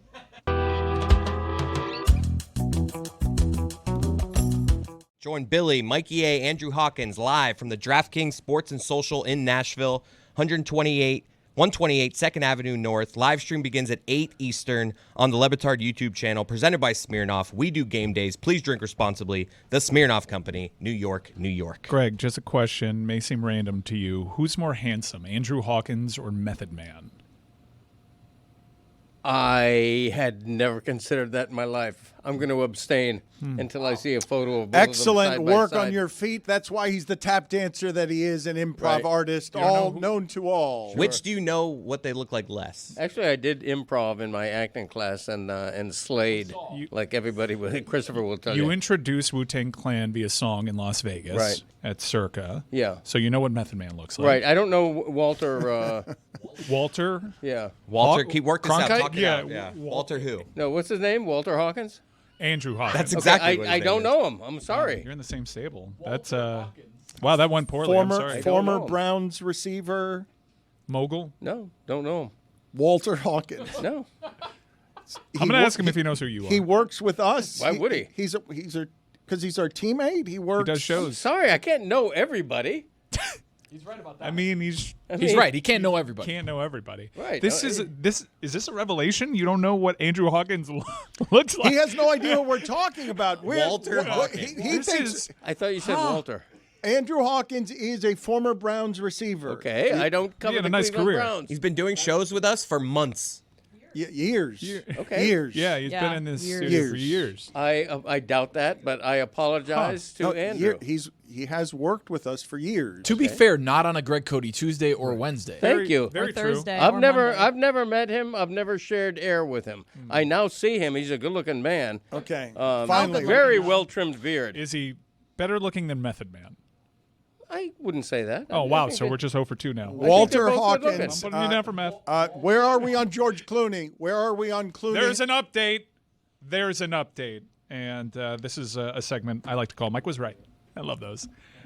So, do you want to do it as a victory lap? no. Especially, do I have to? Don't make me. I think you have I don't want to. I don't want to pretend I'm running.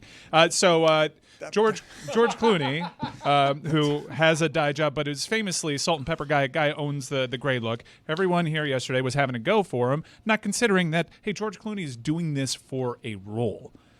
So here is him giving an interview to Gayle King, talking about the dye job in question. I have to take a moment looking at you with the dark hair. I know it's not good. I didn't say it wasn't good. Oh, it's not but good. It's jarring to me. I wonder what it's like for you when you get up in the morning and you look. By now, I'm sure you're used to it. But I'm not used to it. You never get used to it. You don't? Listen, I started getting It gray. throws me a little bit. 25. Yeah. So I've been gray most of my life. So it's not my favorite look. And my wife, Yes. she doesn't. She thinks it's funny. Does she, what do your children say? Well, they laugh at it because honestly, nothing makes you look older than being 63 and dyeing your hair. It's genuinely bizarre to have somebody who's been a sex symbol for the last 30 years in this country be uncomfortable because people are able to mock him as not attractive. I mean, where are we in life if everyone's having a go at George Clooney's appearance?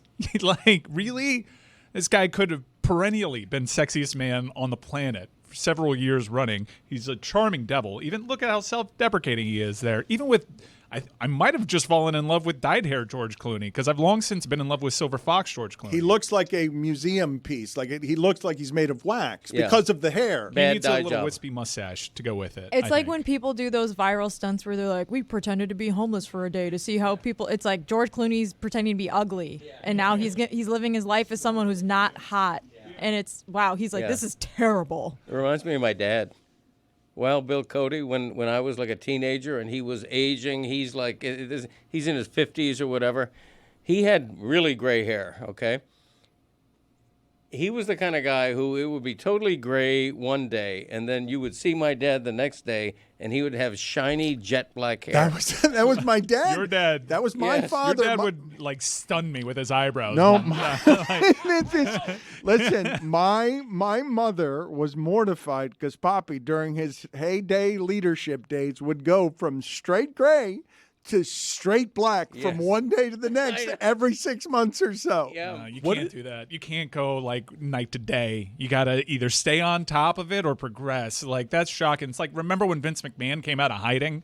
It's like, whoa, why does he look like he's about to welcome you into a haunted mansion? Yeah, my dad loved Grecian Formula was the name of the product. And the funniest part was that nobody would say anything. Like, he wouldn't explain his altered appearance. No, it couldn't be Nobody would spoken. mention it. It couldn't be spoken. Just buried. What is it with men of that generation? I've never seen my grandfather. He's, I think, 84. I've never seen him with a gray hair. So I think he's got natural black hair the entire time. I don't know. This is He went to the hospital, Dan. Mike's father has a perfect head of hair that doesn't have a gray hair in it. It's got some gray on the sideburns, but no, my dad is often accused of dyeing his hair, and I'd be all over that too. I've been trying to prove this one for a long time. No, not the case. Although lots of Botox. The Latin man, though, there's something happening here with the Latin man. Greg can go from. I think your mom has probably been frustrated by a couple of times where your dad has let it go too gray and then sharply goes rust after that. That McMahon photo is always shocking. You cannot come out of hiding looking like that. That seems natural. It's the mustache. You cannot come out of hiding looking like that. I mean, Greg Williams did it too, though. Like, that may be the way to come out of hiding. No, you can't come out of hiding innocent of crimes with all of that. It can't be Thin that. mustache. That's the key. It's been suggested on the internet that this thin mustache was put in place to cover up a botch of some sort. Because if you've seen him since, he's done away with the mustache, and he looks much better than he did now. Like, if you look around the lip, it is a little puffy. I think that this was a disguise to distract you from what was going on underneath. Yeah, I see that. Lopsided mustache. Stan Van Gundy apologizes profusely from a hotel in Houston. I told him he has nothing to apologize for. We have not had better segments than that recently. In the middle of it, though, because I'm trying to reach Stan Van Gundy and we've discombobulated him. I believe we just witnessed Stan Van Gundy's worst public out-of-touch moment in the history of out-of-touch moments. I thought you were going to say that's what he apologized for when you started saying he apologized. I was like, oh, okay, I'm glad he thought about it for a few seconds and was like, yeah, that was crazy. It's much better to get fired with millions of dollars than what the vast majority of people get, which is a swift kick in the ass out the door. If Samson had merely said what Stan Van Gundy was saying, he might not have been invited back. Oh, please. Yes, he would. Okay. Well, he said things similar, but even Samson texted me after. He said way worse. Samson texted me afterwards. He's like, I've never even thought that. That is so crazy. So we even asked him, have you ever been fired from a job where you haven't been paid millions of dollars? And he cited Wisconsin. And we did some research. He apparently had 4 years left on a 5-year deal when he was fired from Wisconsin. However, all of the articles in the Trib are paywalled, and I can't find a exact number, but I'm assuming they paid out his contract. So maybe it wasn't millions, but... Now, I don't want to be tone deaf to the shame that comes with being fired. I've never had to deal with Shams tweeting out that I've been fired, and then people say, yet. Well, knock on wood. But... there's that where you get a nice little multi-million-dollar compensation package, or the shame of your family leaving you and not being able to afford a roof over your head or heat in the winter, or we have to give up the dog because I can't pay for the dog's food anymore, or asking a friend for a ride for work, or explaining this gap in your resume when you're trying to get another job. I mean, there's no comparison. Well, a couple of things. First of all, I thought Stan Van Gundy was calling to apologize for his take that reading a book when you haven't read a book is sort of weird. But in this case, you know what? I agree with everything Stan Van Gundy said. I think when you're fired, and luckily I've never been fired, I imagine that when you're fired, you don't go first to, well, at least I'm still making a lot of money. You go first to the ego blow and to the shame and to the embarrassment and maybe to the anger if you don't think you deserve to be fired. Because you don't have to. It doesn't have to be the first thing you think about. Because if you're in one of these extremely lucrative jobs, it's probably not something you think about, and that's the luxury of being fired with one of these high-paying jobs. I am going to have to make Stan Van Gundy, I'm going to make fun of him when I talk to him because I do understand how everyone heard that the same way I did with, oh, poor Mike Budenholzer. Now he has to listen to us say he's not a good coach. By the way, I was saying he wasn't a good coach when he won Coach of the Year. He won 61 games in Atlanta, and I didn't believe he was a good coach. He won Giannis the only championship he's going to ever win him, and I don't believe he's a good coach. Someone please fire me and tell me I'm a bad coach. I want to be a fired college football coach so bad. Tell me I suck. Write about me on the Reddit message boards. I don't care. Bad last name for a coach. It's a bad last name for a coach. Yeah, you can't be a Budenholzer and expect to go through life's success. All right, so I think he's been pretty successful. Put it on the poll at Le Batard Show. Can you be named Budenholzer and be successful? But I want to go back for a second, just quickly. Stan sounded out of touch as a competitionaholic who's saying it's such a great shame to be fired, to be told by everybody, ridiculed. You're bad at your job. You failed. You failed, you and your friends. But for him not to understand, I'm going to lose my pet. Mike Ryan concocted a scenario where someone has been fired and can no longer afford to have a pet. Hold on. It's a Greg Cody Wednesday, so we have to clarify. You mean an animal, not a fart. Yeah, that's a good point, Jess. Jess, an excellent point. Yeah, Thank you. Let a pet versus... Right. No. So Mike Ryan said, I saw a story. I want to give you guys some numbers here. And Louis Riddick's tying his beard.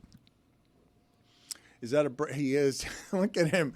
He looks like a Lothario. I'm sorry. I broke into programming there. You but did. But I'm looking at him now. No, he is absolutely. I need a spray bottle like you're an animal, and I just stop doing that. Mike today is going to watch more ESPN than he's watched in a long time because Kevin Clark and Feinbaum are coming up here soon. But you guys have derailed me a little bit. What are you laughing about, Chris Cody? The watch. Louis Riddick is distracting. Yeah, It's it derailed me too, man. Roy? Yeah. Distracting. Can I underrail you and get you back on the subject of NBA coaches? Because The Athletic put out they do this thing every year where they get a bunch of people to vote on like most overrated player, and it's like other NBA players voting on it. And one of the questions that they asked, there were 73 players that voted on this. It said, aside from your own current coach, who is the worst coach in the league? So I was reading all of the results to all of these questions last night to Lehman, and I got to this one, and I was like, I don't know who this person is. So they must be the worst coach because I've never heard of them. And I said their name to him, and he watches a ton of basketball, and he's like, I've never heard of this man in my life. But do you guys know who Brian Keefe is? No. No, I don't know who Brian Keefe is. Does anybody? No. Who is Brian Keefe? Apparently he's the head coach of the Wizards. What? He must be really bad at that. He must be really bad at doing that. But when he loses his job, he's not going to be talking to his wife saying, I think we need to take our daughter out of ballet. Actually, rich guy.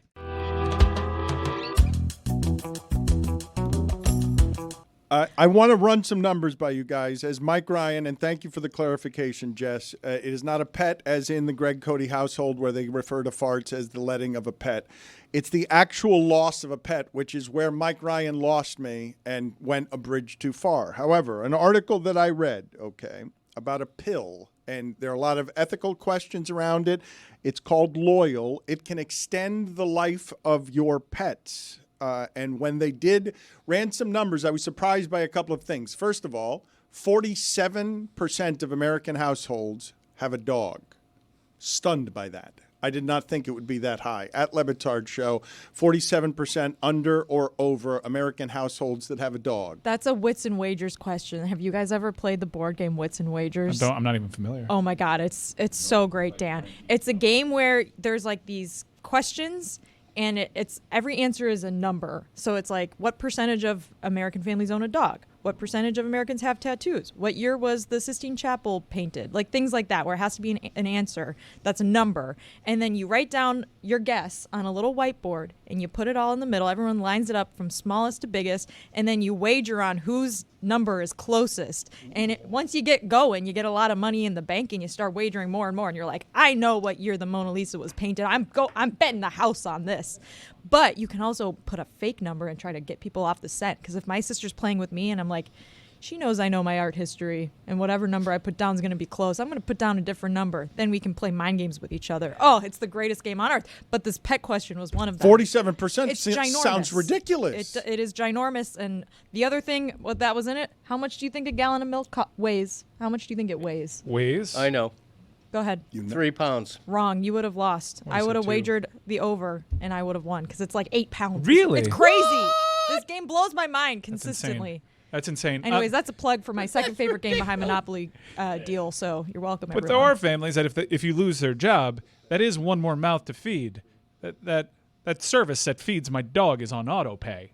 You know, you're going to look at every single itemized thing in your bill and look at where to cut. And some people will settle on, yeah, I can't have my dog anymore. The other number that surprised me, and again, it's an ethical debate because the pill has not been FDA approved, but it is lengthening the lives of pets. And this particular pill, some of the testing that they've done, 76% of pet owners, 3/4 of pet owners would go into debt for their pet.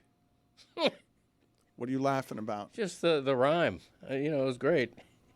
Just the rhyme? Yeah, and it would go and the rhythm you said it would go into debt for their pet. Three-quarters of pet owners, and I'm assuming birds are in here too. I love animals. Goldfish. I love animals that way, but debt? Mike Ryan is concocting the scenario where you have to throw your pet in the street because you've been fired from your job. No, you could either give it to someone else or take it to a pound. I'm sure they'll be fine. I actually took that pill myself because I got a dog in me. That dog. Well, if you I got have that like dog in me. It would have been so good if you nailed it. So You have a dog in you? The and at, very important. You have a dog inside of you. Major penalty, 5 minutes, ruining comedy. could hear his confidence. I heard in your ear them say, Liar! Stugotz's headphones are so loud, I know could. they are loud. Yeah. Where's the button to turn them He was down? so unfamiliar with the term that he's like, that surely has to be in proper grammar. He So, corrected the grammar just enough to ruin the joke. I have a dog in me. I have a dog presently inside of me. There is a dog that is fully inside me. Get out of here. They yes. found it when they did Yes, the how do you hernia not know how surgery. penalties work? Yes. Penalty box. 5 minutes. Oh, It's a pull door. It's been a pull door forever. Chris, We have a replay of him trying to push that door. I'll tell you what happened. Please get the replay, It's Chris. no wonder he doesn't know who Andrew Hawkins is. He doesn't even know how to Walter doesn't even know how to exit the studio. I like that there's some like scenario in an alternate universe where like Roy and Jeremy have never worked on the same day and they've never heard of each other.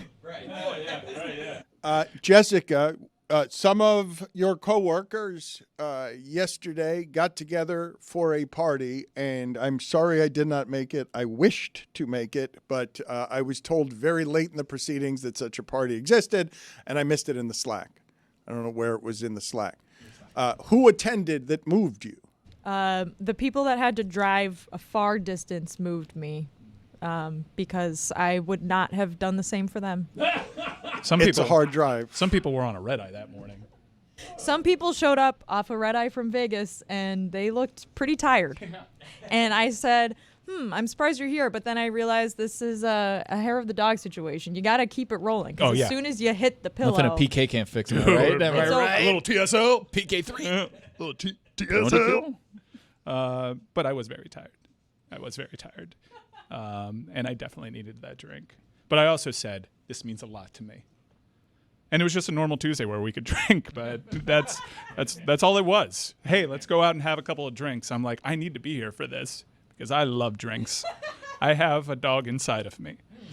Just another Tuesday in Miami. Were you surprised by any of those numbers? 76% of pet owners would go into debt for their dog. Would you go into debt for Willow? Well, the reality is, like, owning a pet is really expensive if something goes wrong. Like, I know Mike's dog had to get, like, a really expensive surgery done. And a lot of people are in the position where they're like, my dog is sick. They go to the vet. The vet's like, we need to do this, like, emergency surgery. If you don't, like, your dog's going to die or your cat's going to die. And it's going to cost $10,000. And maybe you don't have that money just laying around. Most people don't. And, yeah, I could easily see why you'd go into debt paying for something, especially when it's, like, a life or death situation. You care about your pet and you don't know what to do. Did go into debt paying for my dog. Who had an autoimmune disease, and it was life-saving, but she got it within the first 8 months of her life. It turned out to be great because she's lived a happy and full life there, but it was $10,000 to save my dog's life. As in a single-income family, it wasn't easy. So bad to get fired because you might lose your pets.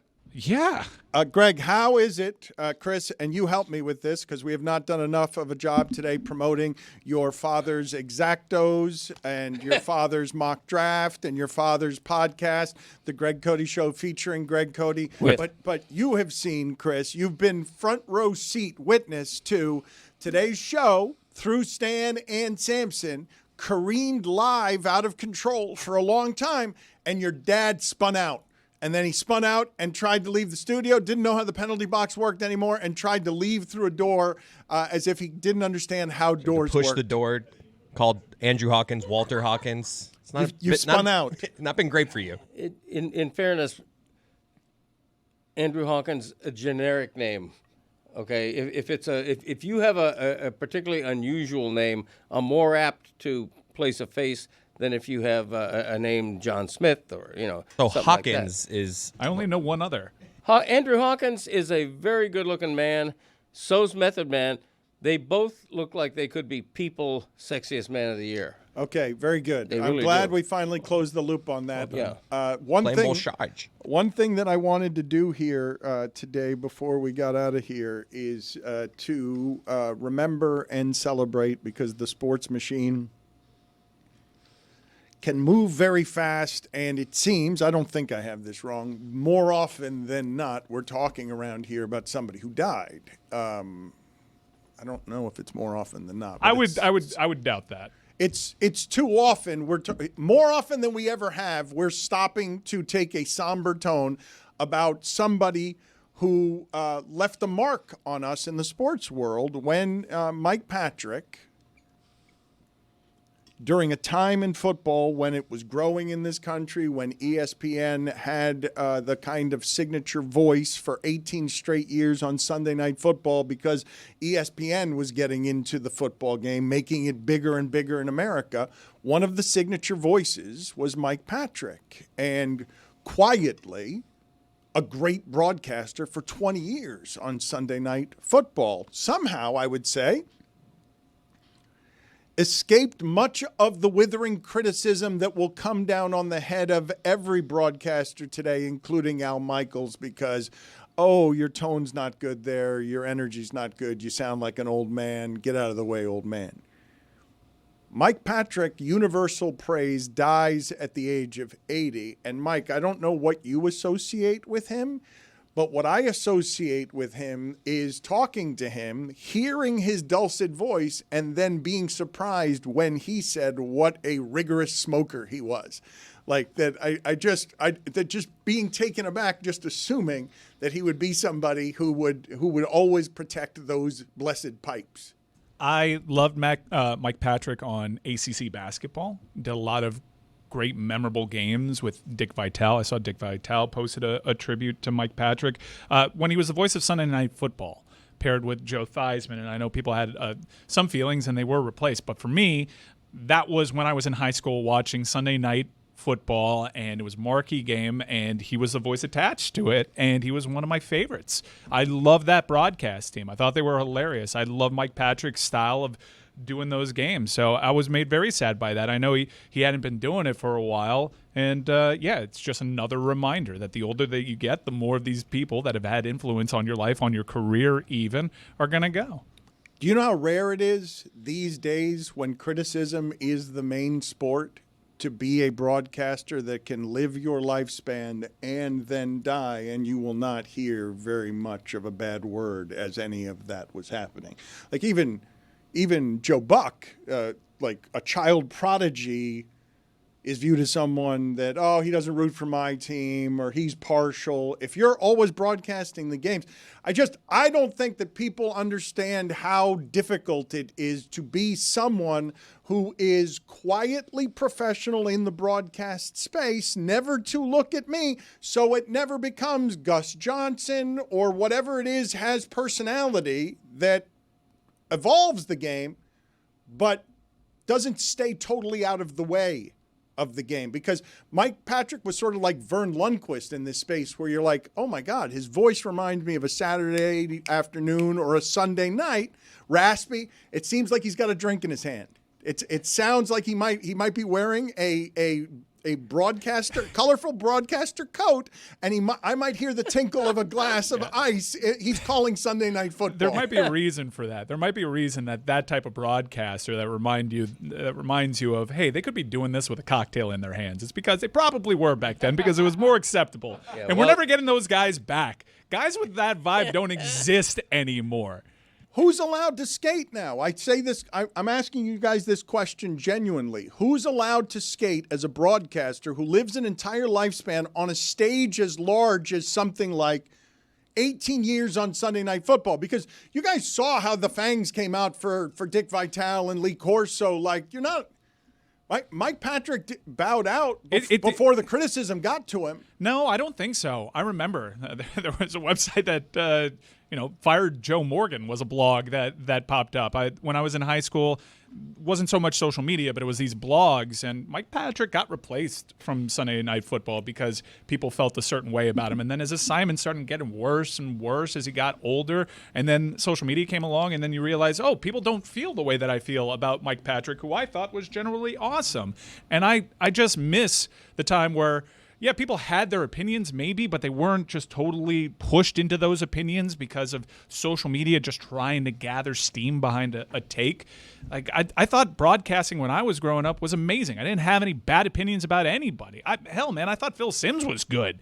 And now you open up the internet and you find out, like, wait, no one thinks anyone is good? This is kind of... Is that where we are? Like, no one's any good now. No one... Noah Eagle is getting a lot of praise, right? Yeah, but he also gets Oh, Ernie Johnson. Harlan's who's above reproach? So I think that there's like a few guys, and I think Buck is like coming out of the other side. Like he's not nearly as polarizing because now he's been around for over a generation. There's like the people that are tastemakers right now were kids growing up recognizing that Joe Buck is a soundtrack of a big game. He's had like a I don't give a vibe for the last like 6 years that I think has resonated. Mm-hmm. And I think that Harlan, Joe Tess, Bob Wischusen on the hockey side, Joe Buck, Iron Eagle, like Spero Dedes. Well, no one can say Mo Alley Cox the way that Spero Thank Dedes you. can. 1 o'clock window, Mo Alley Cox. That's Spero Dedes. But yeah, there's a few guys there. Not true, Dan.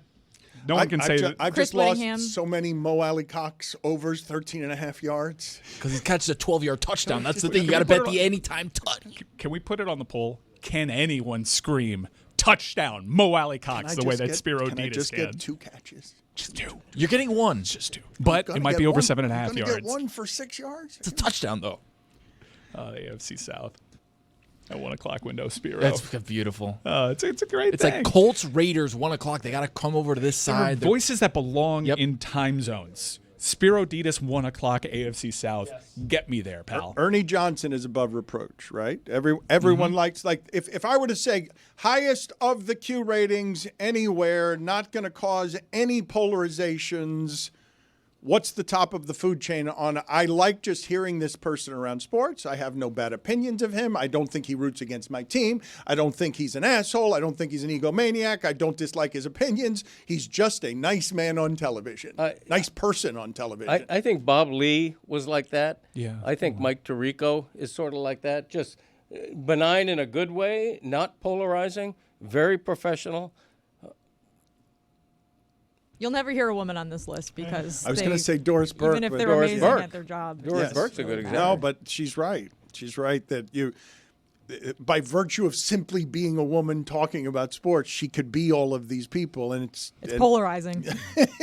when it need not be. Chris Whittingham. Steve Martin also. How'd that poll come back, by the way? Does he suck at everything except soccer? Or? At Le Batard Show, we will update the polls after the show, but at the moment, Ron Magill has shown up.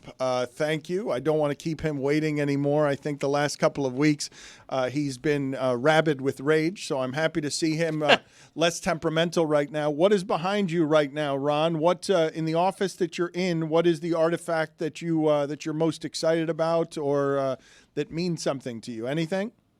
Nothing really. There's a Cobra back there. There's Mike. Distinguished alumnus, University of Florida. Wow, congrats. Very proud of that. Congrats. Is that better? Like, where does that rank? The greatest of the honors that you have received in your career as an ambassador? Is it the Hot Dog Hall of Famer, or is it a University of Florida thing? Very close to each other, but I guess I'm going to have to give UF a little bit of a nudge on that one. That was something that I carried a huge chip on my shoulder because I never actually graduated from the school.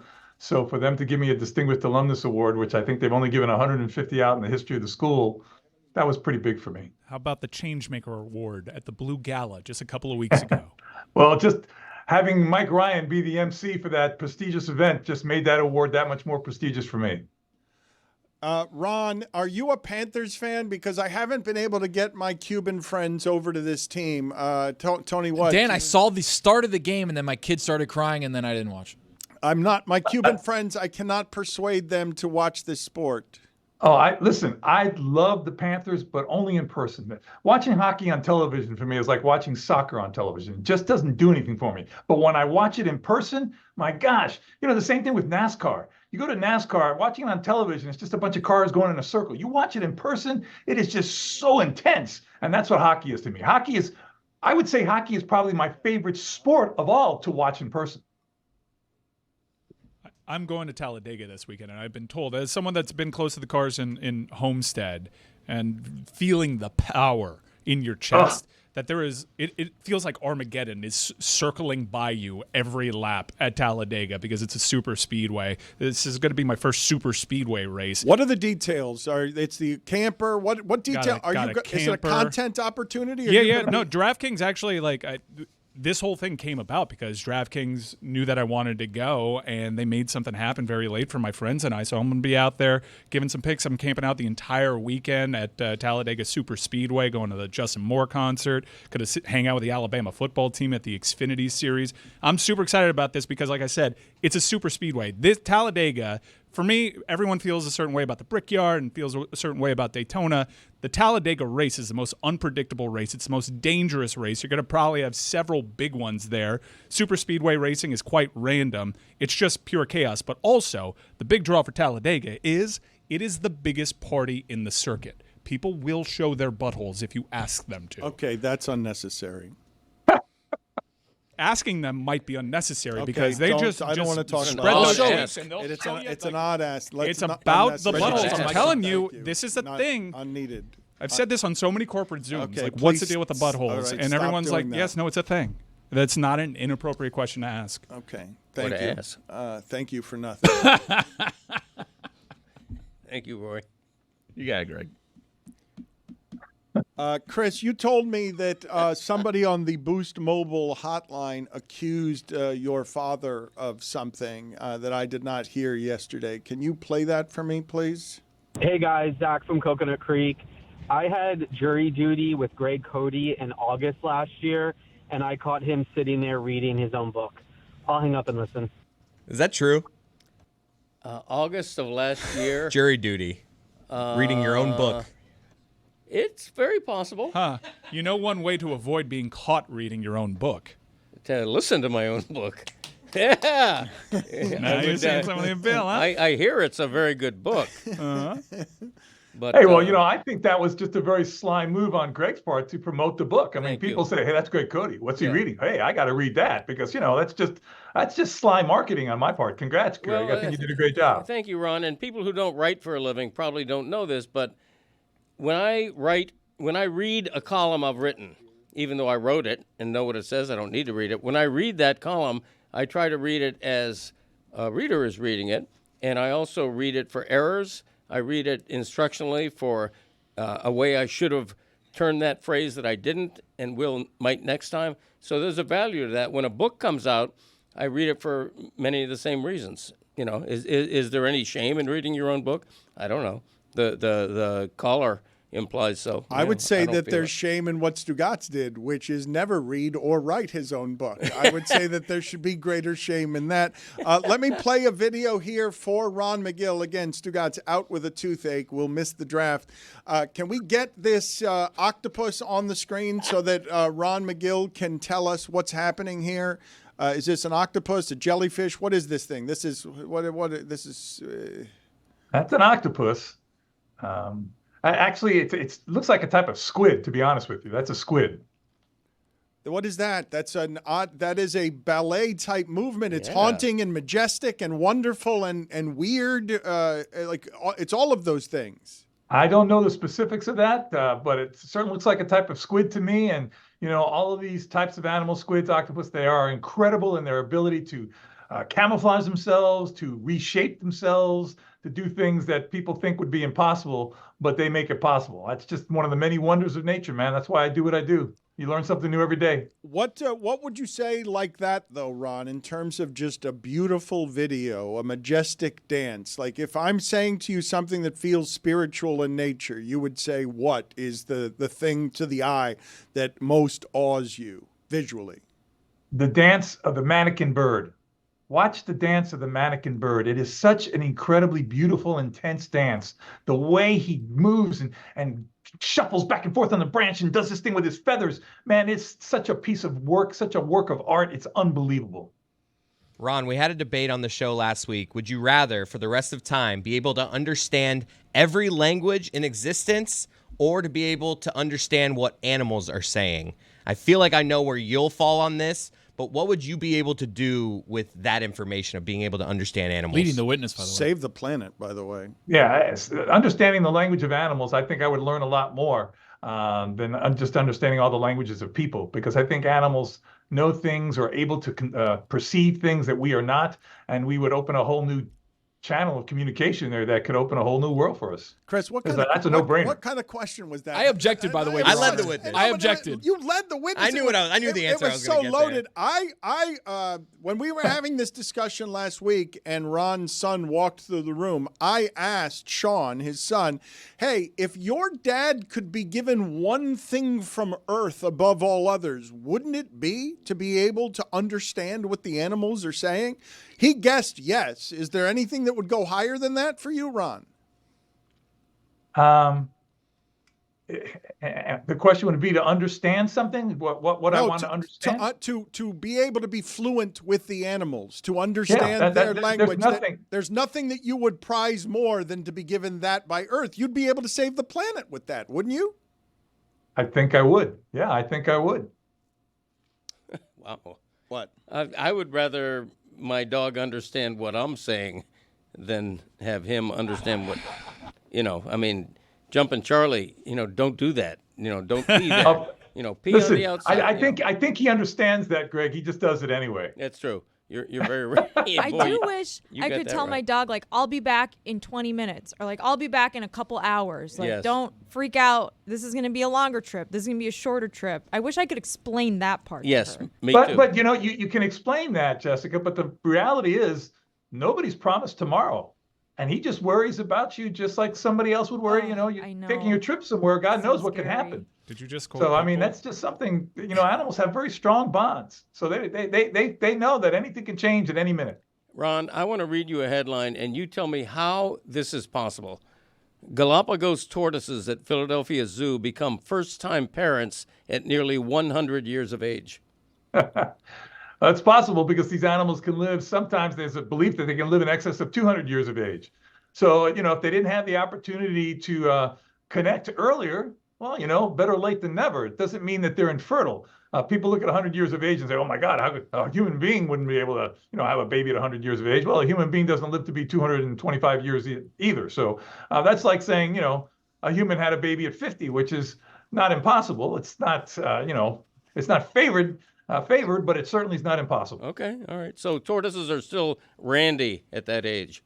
Oh, tortoises! I've seen tortoises randy until they take their last breath. At least the males. You haven't seen it to the last breath. So they're like humans. Okay.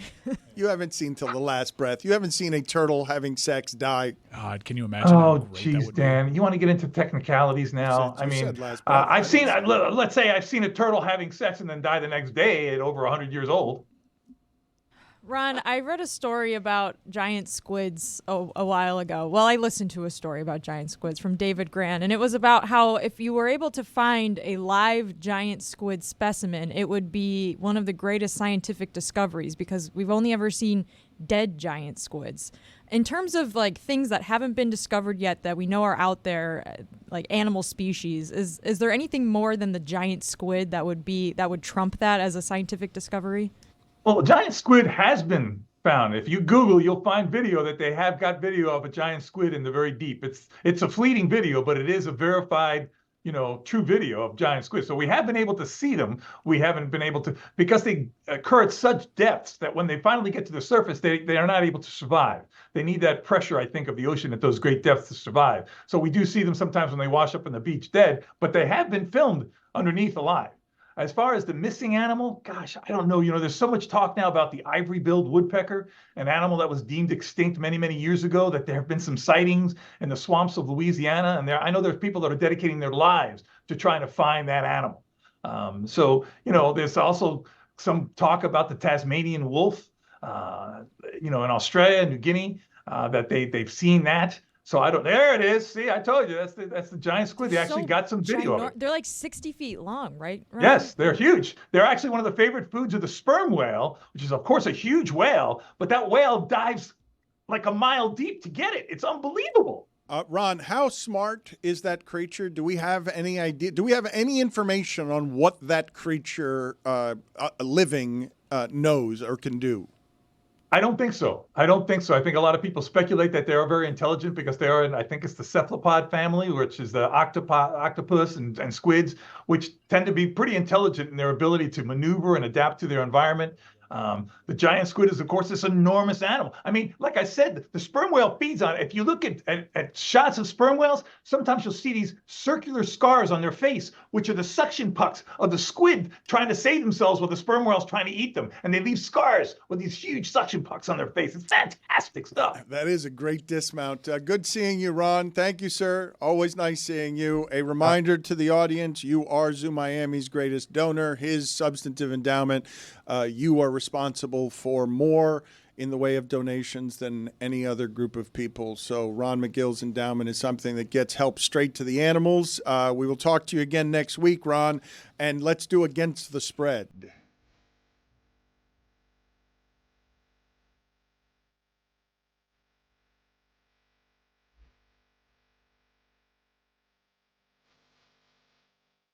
That's right. It's time for and it's brought to you by our friends at DraftKings. DraftKings, the crown is yours. Roy, kick us off. Game 2, Canadiens at Capitals. The Capitals are leading the series 1-0. The Montreal Canadiens have covered the puck line in the last 6 games against Eastern Conference opponents after coming off overtime, and they will again. They are 1.5 goal underdogs tonight. Go with them against. Tony. I like how Roy gives analytical advice and I give you vibes advice, right? So Houston Rockets, game 2.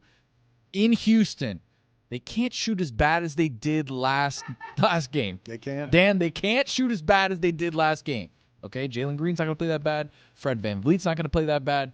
The Rockets, they're going to come out with their hair on fire. All right. Well, that seems that be hard to play that way. It's going to be hard to play, but they are going to play that way. Only -3 at home. Okay, against an older in the tooth, longer in the tooth. Can you say older in the tooth, or how does that work? I knew what you meant. Long in the tooth. They have old teeth too. But the Golden State Warriors, are they going to be able to compete with the Rockets with the pace that they want to come out with? I don't think so. I'm going to take Houston -3 against the spread. Against the spread. That old-timey music. Old in the tooth music. This is just not the way to get tomorrow's demo. This.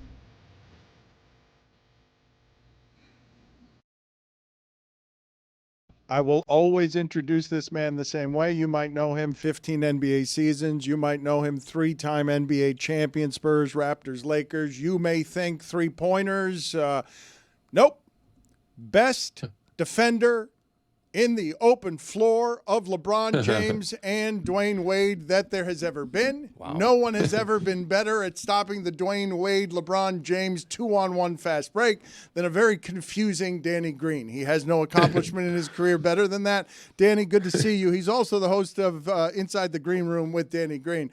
But thank you for joining us, and forgive me for always doing that to you. But it's it's the best thing that you did. You did nothing better than that. You were less good at three-pointers than you were at that.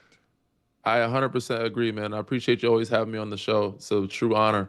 But yes, that's a hell of an introduction, and the one that I take the most pride in. So I'm glad that I'm known for my defense, and it's specifically that. You know, I was a pretty decent shot blocker, but I was good at guessing. Making the guessing game, I guess, on the 2-on-1 and fast break. So thank you for reminding people that. Yes. Were you offended last night watching Lakers and Timberwolves and seeing two teams shoot 20% from three? I was not. I mean, it was an ugly game. I mean, Lakers came out hot, and I think their numbers ended up dropping toward the end of the game. But, you know, it's weird. I'm going to say today's NBA. But this year's playoffs has been kind of ugly with low scoring, right? Even Golden State, Houston series was low scoring. Even the Knicks-Detroit series has, except for the game 1. Who else the other day was not high? Clippers-Denver, 105-102. So we haven't seen an abundance of scoring, but 95-84, that's pretty ugly for the playoffs. So, I mean, I said I don't mind the not shooting great from three, but we still want to see some good action, some good basketball, some scoring from the mid-range. And we've seen that from Kawhi. We see that from, KD and other guys that do mid-range. But yes, definitely want to see some more scoring in these games. If you had to bet and be right, Kawhi will be standing at the end of these playoffs healthy. If I had to bet? And be right. Yes. That's Yes, that's something that I definitely hope for him, and I'm happy for him. I'm happy to see that he's playing and he's good. It's been a while since we've seen him healthy in the postseason. We're trying to remember the last time that we've seen it. I remember the bubble, and after that, I'm trying to remember if he got through the postseason healthy. So that was 5 years ago. If it's your So money, it's it's hard to make that a probability. It's hard to bet on that, is it not? Because I'd like to.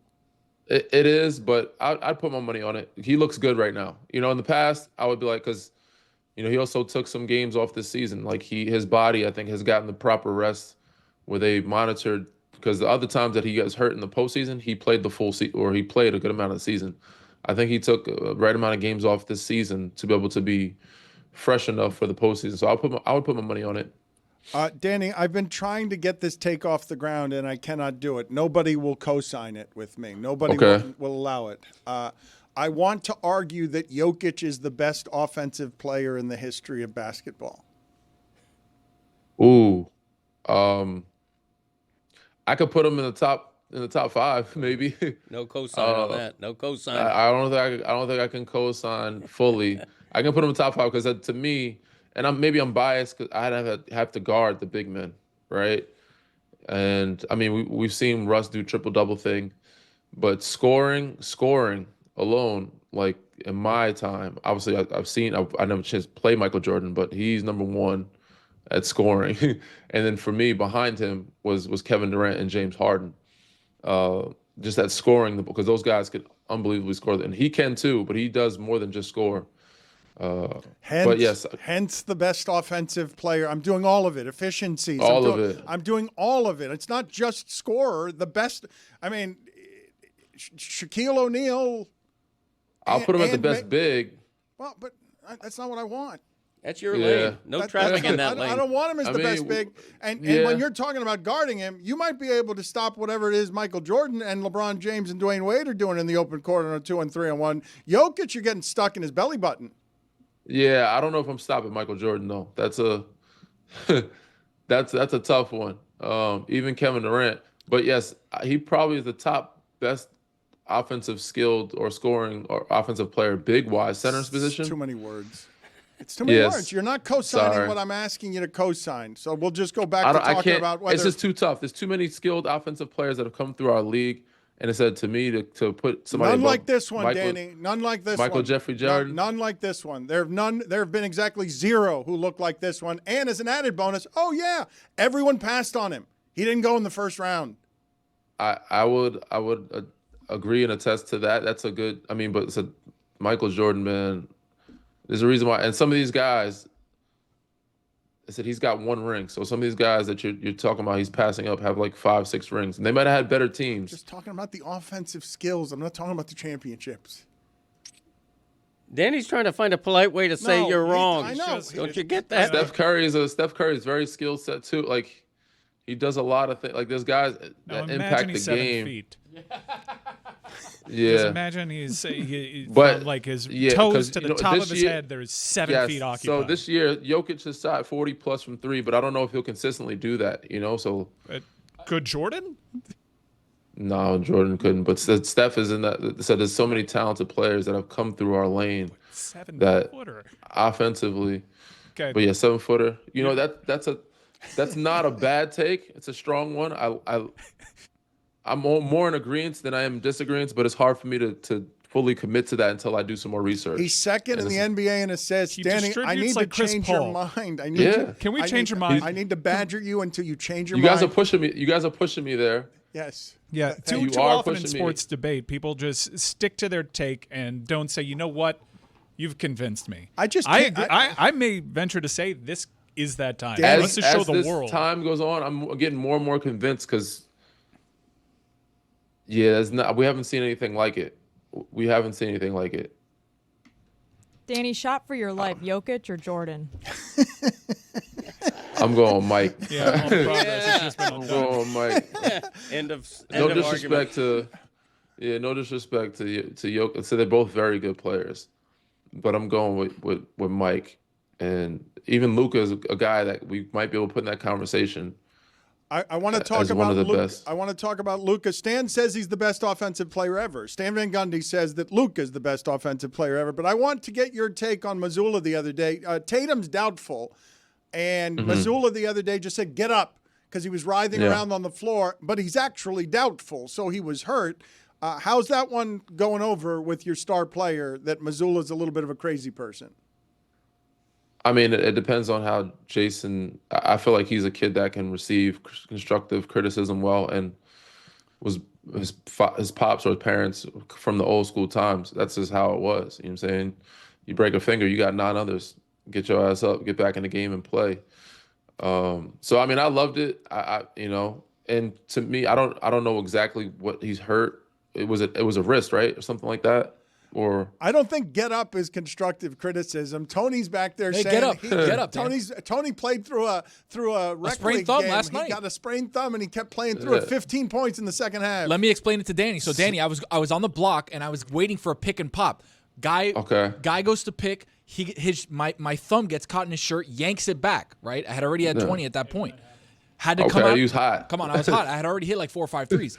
I came out of the game, had to tape myself up real quick. But guess what? Second half started, I came back in, had another 10, You're a warrior. 15. Like, Get up. I'm get with back you on up. that. Listen, He's got that dog inside him. There's not many injuries that should keep you on the floor for that. Like, unless you tore an ankle, a knee, said I don't know what his I didn't see with the injury, but I thought it was his wrist, right? If I'm not mistaken. Landed on his wrist wrong, yeah.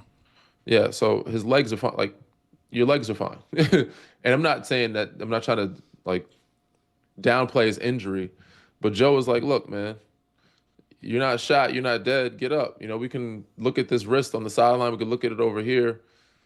And I think that's just part of him being raised from the old school and trying to let the new school generation, like, you guys are soft as hell. Get the hell up. Like, you don't need to be laying on the floor that late. And I get some guys like to sell the call, like to sell this, make them look at it, make them see, because sometimes you won't get them to review a call unless you sell it.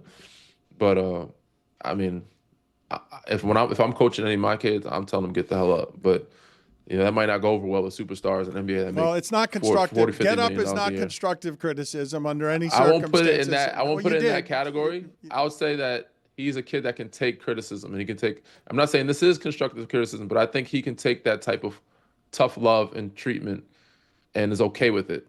I want you. Maybe I'm wrong. No, I could be wrong. I think that you have some expertise here that you can help us understand Kawhi Leonard a little bit better than most, having been a champion with him.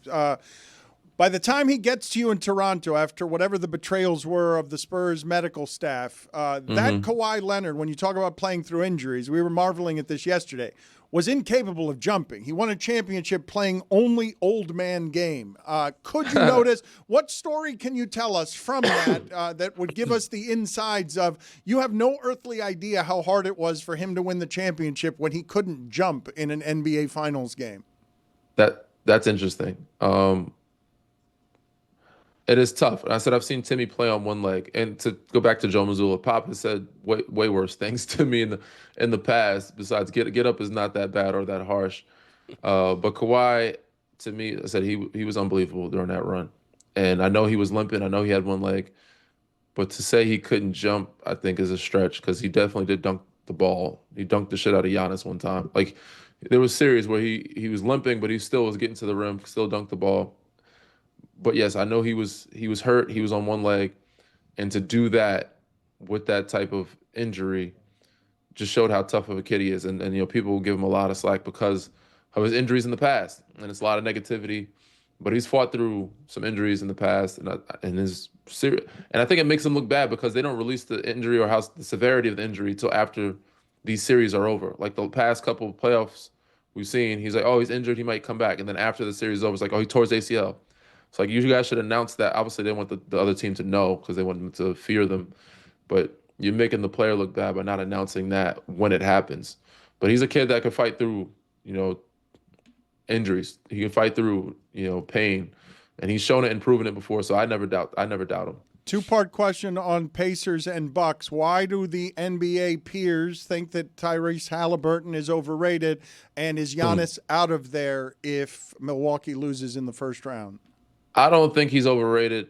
I just think that, I guess if you look at the totality of it, they put him in a category because he had an unbelievable stretch last season, the first quarter, first third of the season, where I wouldn't say his outer body experience or above himself, but he played at an unbelievable efficient rate, and he was getting 20 assists game, getting 30 balls, shooting 40 plus from three.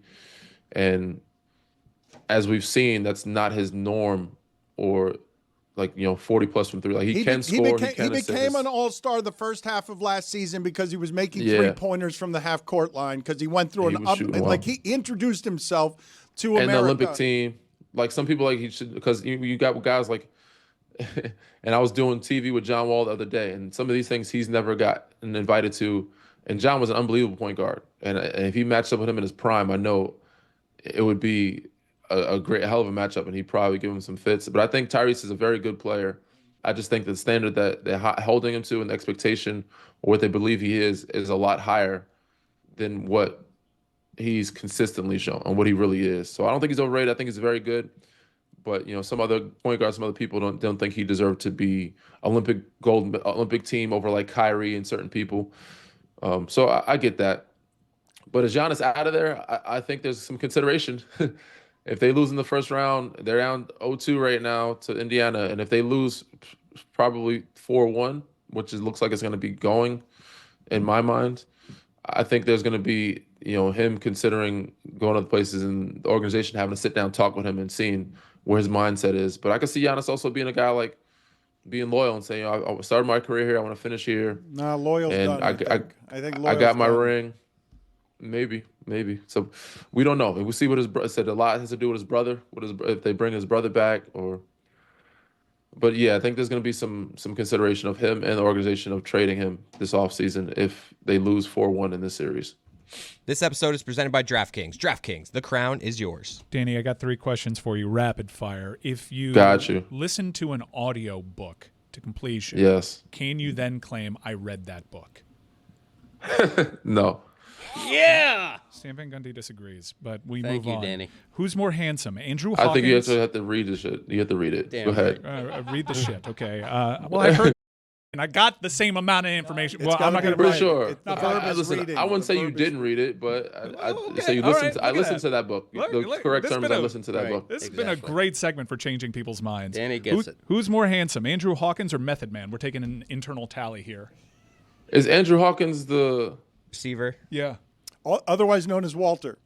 Well, see, Andrew Hawkins, and you don't do a show with him like Greg Cody. Like Greg Cody's a part of our ensemble cast. Had no idea who Andrew Hawkins. Never been was. to the same studio with him. I'm gonna go with Method Man just because for what I've seen, as an older guy, he's kind of taken care of himself. Yep. Yeah, and he's been in a 100%. Yeah. And last question: Mark Jackson once famously said, "The great ones tell their body not today." Was there ever a time where Danny Green had to tell his body not today to overcome with a great performance on the court? No, my younger days, I wasn't that smart. I had to have, and I think most athletes had to have coaches tell you not today. It's just that I grew up, the coachings, the parenting was very different. I played football, so it was like if I'm sick, I'm going to try to go. It doesn't matter. If I'm hurt, whatever it is, if it's not stop me from running, I'm going to try to go. Well, so you are saying not today. So you were always saying not so what's today. the greatest single example of you telling your body not today? Your body's screaming. It's telling you you're not playing That's what today. you're saying. And you're telling your body, not today, body. Okay. Because you're one of the great ones. So then, yes, that was every day. That was, yeah. Every day you were telling your body not today? Every day? No, not every day. I'm being, but there was a lot of moments. Yes, there's a lot of moments where it was not today. I was sick. I was hurt, and I don't think it was any in the finals. There was none in the not many in the playoffs. But there was some times where I was sick. But said the coaching staff would have me sit down, or if I was really sick. But I can't remember. There was one in particular moment where I had like a flu game or anything like that. How about this? Did you ever come out one day and say to yourself this because you were trying to summon the greatest of strengths within you? I got a dog in me. Yeah, I mean, there was some moments where I didn't feel. I'm trying to remember if there's any playoff games where I didn't feel great. But it didn't have to be what it felt. It actually would be you felt too great, right? Like it's not just your body, but you feel. Yeah, I was assuming turned ankle. It seems as though you got a bad immune system. No, I wasn't stomach always issues? sick. I wasn't always sick. There was definitely times where I had a groin injury or I had a ascites pubis, and I kind of played through it most of that. That sounds I didn't know it till terrible. the end of the No, season. what is that? That sounds terrible. believe What it's is Latin. that? Pubis It's what? like a groin injury. Pubis? Ascites pubis. Ascites pubis. I think that's the correct term. E pluribus. It's a groin injury. Sounds. And, Thank you, Greg. That Definitely- it sounds painful. An American It wasn't. slogan? Yeah, it wasn't. It was painful, and I Greg said I hasn't didn't gone know how to bad it Vegas. was till the end of the season. But I had ascites pubis most of that toward the end of that year, and I had to play through that. So that was tough. That was definitely tough as Danny, you don't believe in the Rockets, right? I believe they're good, but I had Golden State in 7 in this series. I just think Golden State. Just because I have Golden State doesn't mean I don't believe in the Rockets. I just think That's Golden actually State. exactly what That's that exactly what it means. That's exactly. No, it means I believe in Golden State a little more because they're more well, but experienced. that's what You guys are stirring some stuff No, up, man. Danny, though, this is the thing, right? You either believe the Rockets are going to get out of the first round or they're not. And I don't believe anybody thinks the Rockets are going to get out of the first round. I believe they're a good team, and I think if they had a different matchup, I would think they would win the series. But this matchup, I believe in Golden State more because they're just more experienced to me. That doesn't take away the fact that Houston is a good enough team that I believe is could, if depend on matchup, could make noise in the playoffs. Like if they played Lakers, if they played Memphis, there are other teams matched up that I think they could beat. Timberwolves, Lakers, who you got? I had Lakers in 6. So game 1 didn't shake you. Nah, I mean, I usually stick my prediction. I just think Lakers, so they had a really bad night. Timberwolves had a really great night. They shot the hell out of the ball. Jaden McDaniels, 25 points on 11 from 13. I don't think that efficient. He may score 20, but not that efficiently. They hit a franchise record of threes. I don't know if they can. They shoot decent. But I don't think they'll do that again. 3 or 4 more times in the playoffs. So I think the Lakers as a safe bet with Luka and Bron. Danny, I assume you have Cleveland in 4 or 5 games. What on earth can the Heat do to make this a long series? Game What's one, their incidentally, I saw these stats. Cleveland had its best offensive game of the season, and Miami had its worst defensive game of the season. That's not great. It's not, but that you got to give credit to the teams making it that way. They had worse defensive because Cleveland played really good offense. Ty Jerome played well. I think it'll go 5, maybe 6 at most. But Miami stuck around. They looked like they belonged. It wasn't like one of those lopsided OKC, Memphis. That series looks a little more lopsided. But Miami just plays their game. I think they have a chance. They need more Khalil Ware. They need a little more bench production. They need to probably start Davion Mitchell because he played well. I like that guy. Yeah, I think they found some things, hopefully take away Cleveland's. You got to take away Cleveland's bench a little bit and take away 3-ball from them a little bit, which said they won't shoot it as well. That's hard to do. In the rest of the series. Danny, do you like movies?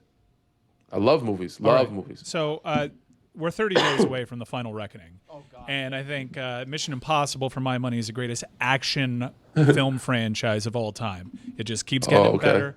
Outside of all the Marvel movies too. Yeah. The Marvel movies. You can't say that. You can't say that about the Marvel movies, that they keep getting better. You can absolutely say that, at least in terms of a timeline. Keep in mind, this franchise has been around for 30 years now. Yeah, it's like Fast and the Furious at this point. No, but I mean, only better. It's better. But Fast and Furious doesn't have 30 years, and it certainly doesn't have. It doesn't have. They're not. How many times has Tyrese been disavowed by the government? I mean, seriously, come on. So, I guess you know where I stand. But in your opinion, and please let it not be Fast and Furious, what is the greatest action film franchise of all time? That to me, I would go with the Marvel movie or the Batman series, the Dark Knight, the Batman, the Nolan trilogy. Yes, Nolan trilogy, Avengers. The Avengers, unbelievable. Those are my top Batman? 2. Did you like the Batman, the one with Robert Pattinson as Bruce? It was good. I liked it, but it wasn't as good as the taking too long to get the sequel out there. He's going to be 41 years old. The Christian Bale series, said we have to wait till they finish, but the Christian Bale one is top tier. I will say this. I've seen Sinners, and I haven't felt about a movie like that, where I thought about a movie after, because it was a lot, when I first saw the hype, I'm like, people are probably hyping it, and I'm all for pushing and black, culture and everything like that. It's great. And I was like, I'm going to see the movie. I'm still going to promote it regardless. But it lived up to the hype. And I'm still watching this and finding out new stuff about the movie. Obviously, we're talking about series, but this was an unbelievable movie.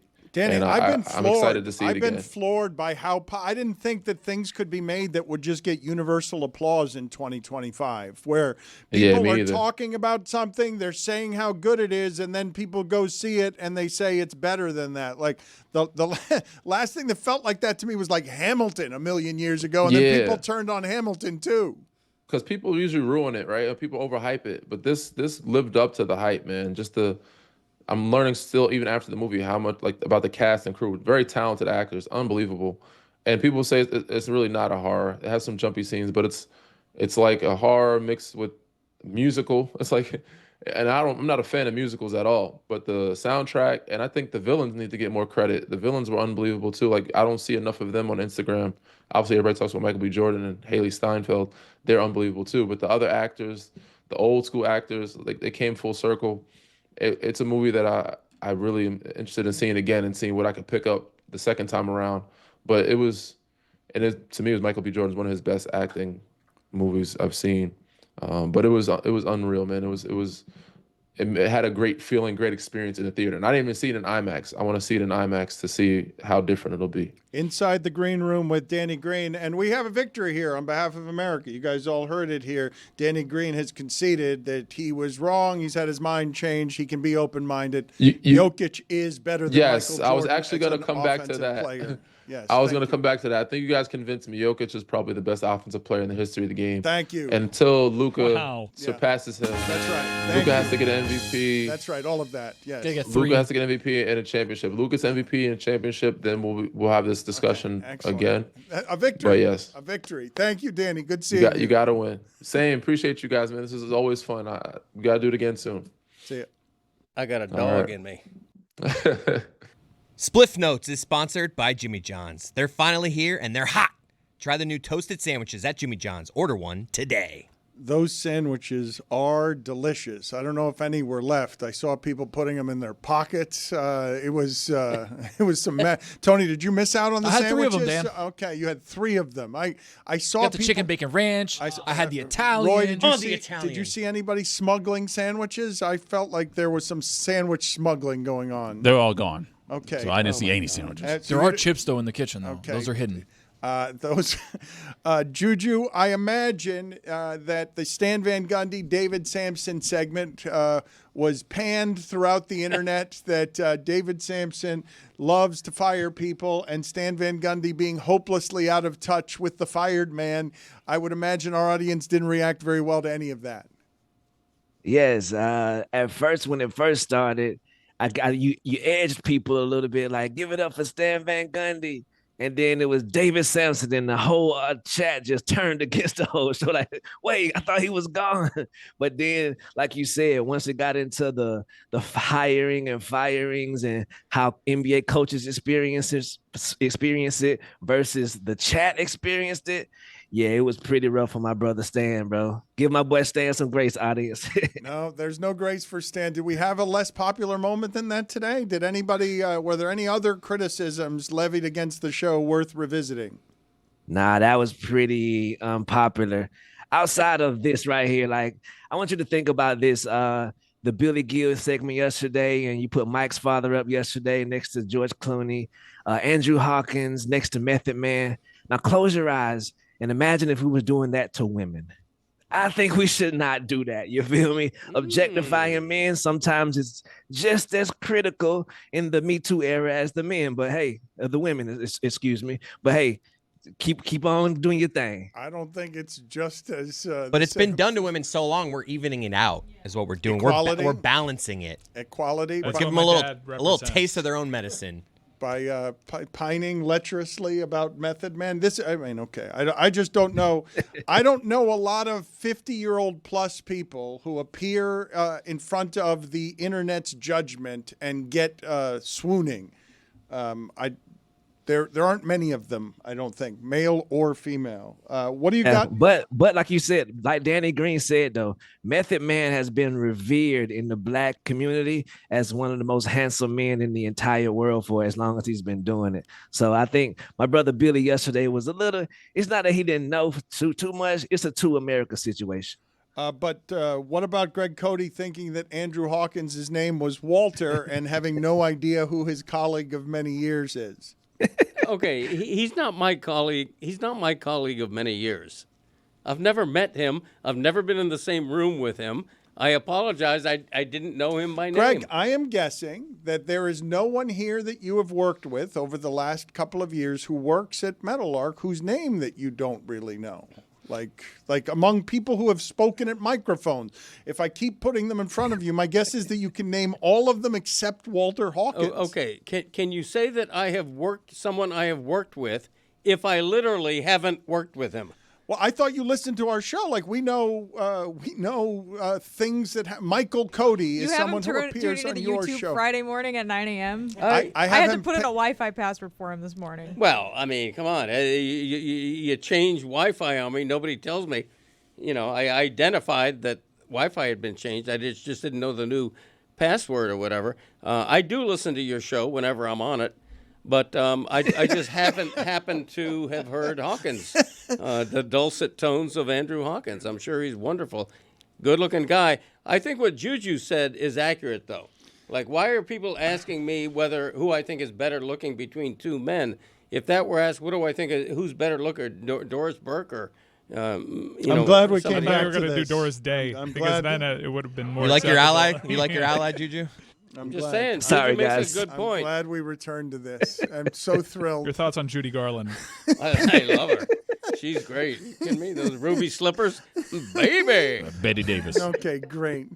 This is exactly what I wanted to do. Please, just keep naming starlets from the 30s. I think we found an okay way to objectify women in the modern day. Doris Day, never my favorite. Okay, great. I think I know something that can bring us all together. Greg not knowing Hawkins is really Dan's fault, because if he did a better job of, introducing people and communicating who works here and who doesn't work here, then maybe we would all know who everyone else is. I think that's valid, and it's also valid for me to reiterate, I have never met Andrew Hawkins, never been in the same room with him. You thought his name was Walter. I think we should That's my affectionate really nickname hear for him. Jess out. Everything is Dan's fault. I'd agree with that.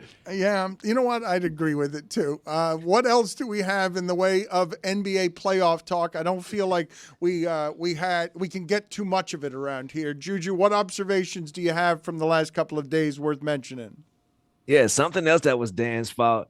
Kyle Kuzma revenge game yesterday after going to 0 the other day. He stepped up for the Milwaukee Bucks. I think that Doc Rivers, you know what I mean? He's been doing it for so long. He might not see that Bobby Portis may need to be integrated into that starting lineup, because right now the Indiana Pacers are jumping out so fast that by the time that he even gets in there, it's a lot of cleanup, spot up work. So salute to Kyle Kuzma, but I think the Bucks are doing it a little wrong lineup wise. But welcome back, Dame Lillard, as well. Wait though, Juju, you just did something to me. Yesterday I learned from Jessica that a legacy game can be inconclusive. Today I'm learning that there was a Kyle Kuzma revenge game that ended in a loss.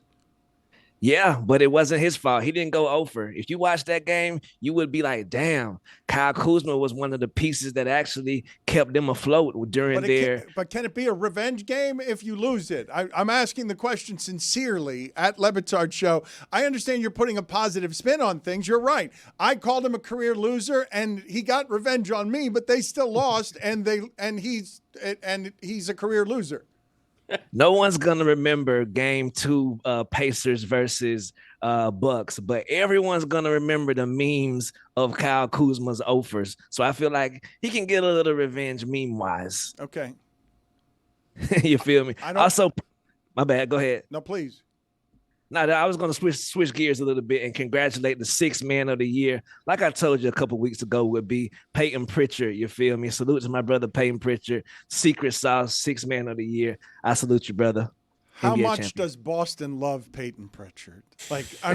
He's going to go right behind Larry Bird, is he not? I believe Peyton Pritchard is more popular than Tatum. Yeah, maybe so. They got the Preach Please posters up right now, selling numbers and doing things. It's all about the secret sauce in Boston. Shiremans of the world, Luke Cornett's of the world. Not sure what you guys are talking about. White guys. Yeah. Talking about white guys. One Boston. America. Also, happy 48th birthday to You Can't See Me Right Now, or Can You, John Cena. You feel me? Big week for my boy.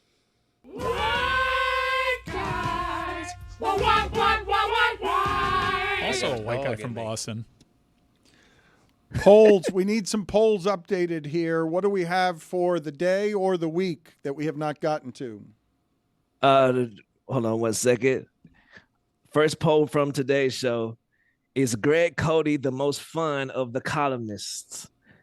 78% of the audience says yes, he is. Wow, I appreciate that. Thank you, audience. Can you be named Budenholzer and be a good coach? 74% of the audience says no, you cannot. The name really does work against him, right? If Belichick had been named Budenholzer, he would have won less, correct? Football's different, though. Is it? Yeah, football's different. You think that Budenholzer can be a winner in football? Yeah, of course. Oh, yeah. I totally disagree with this take. I think it's a strong name, Budenholzer. Yeah. Wow. Yeah. It's a success that makes the name. Bood. Belichick. The bood. Booding it. Yeah, I like that. Booding it. 47% over or under on American households with a dog. That's crazy to me. Right. 53% of the audience says over. They knew it. Guys, does it not seem absurd to you that 1 out of every 2 American households has a dog? Does not seem strange to you? It does seem strange. It doesn't to me. If you were combining dogs or cats, like 47% I'm with not. a dog or It's a just cat, then I dogs. would I'm believe. not doing well. So it is strange to you. I think it's high. If you'd asked me for an over/under, That's on what I dogs was only, asking you. Which I'd have part said- of that were you not I'd have said understanding? That's 37%. okay. So you've changed your mind. We're Yeah, no, I changing haven't. minds around here. And the last poll to update my dog Tony is Whittingham great at the soccer stuff while sucking at everything else. Yes, thank you. 86% of the audience says yes, he is. We all Yes, he agree on does. that. This is the only audience that doesn't respect him at all. No, they It's respect him, but they know he's got deficiencies in other places. Yeah, it's but okay. they're just there to just bully him at all stops. Like he is so respected elsewhere. It's what our audience does best, Mike. You should know this as the leader of the bullies. Chris Whittingham is a fancy lad. I got a dog in me.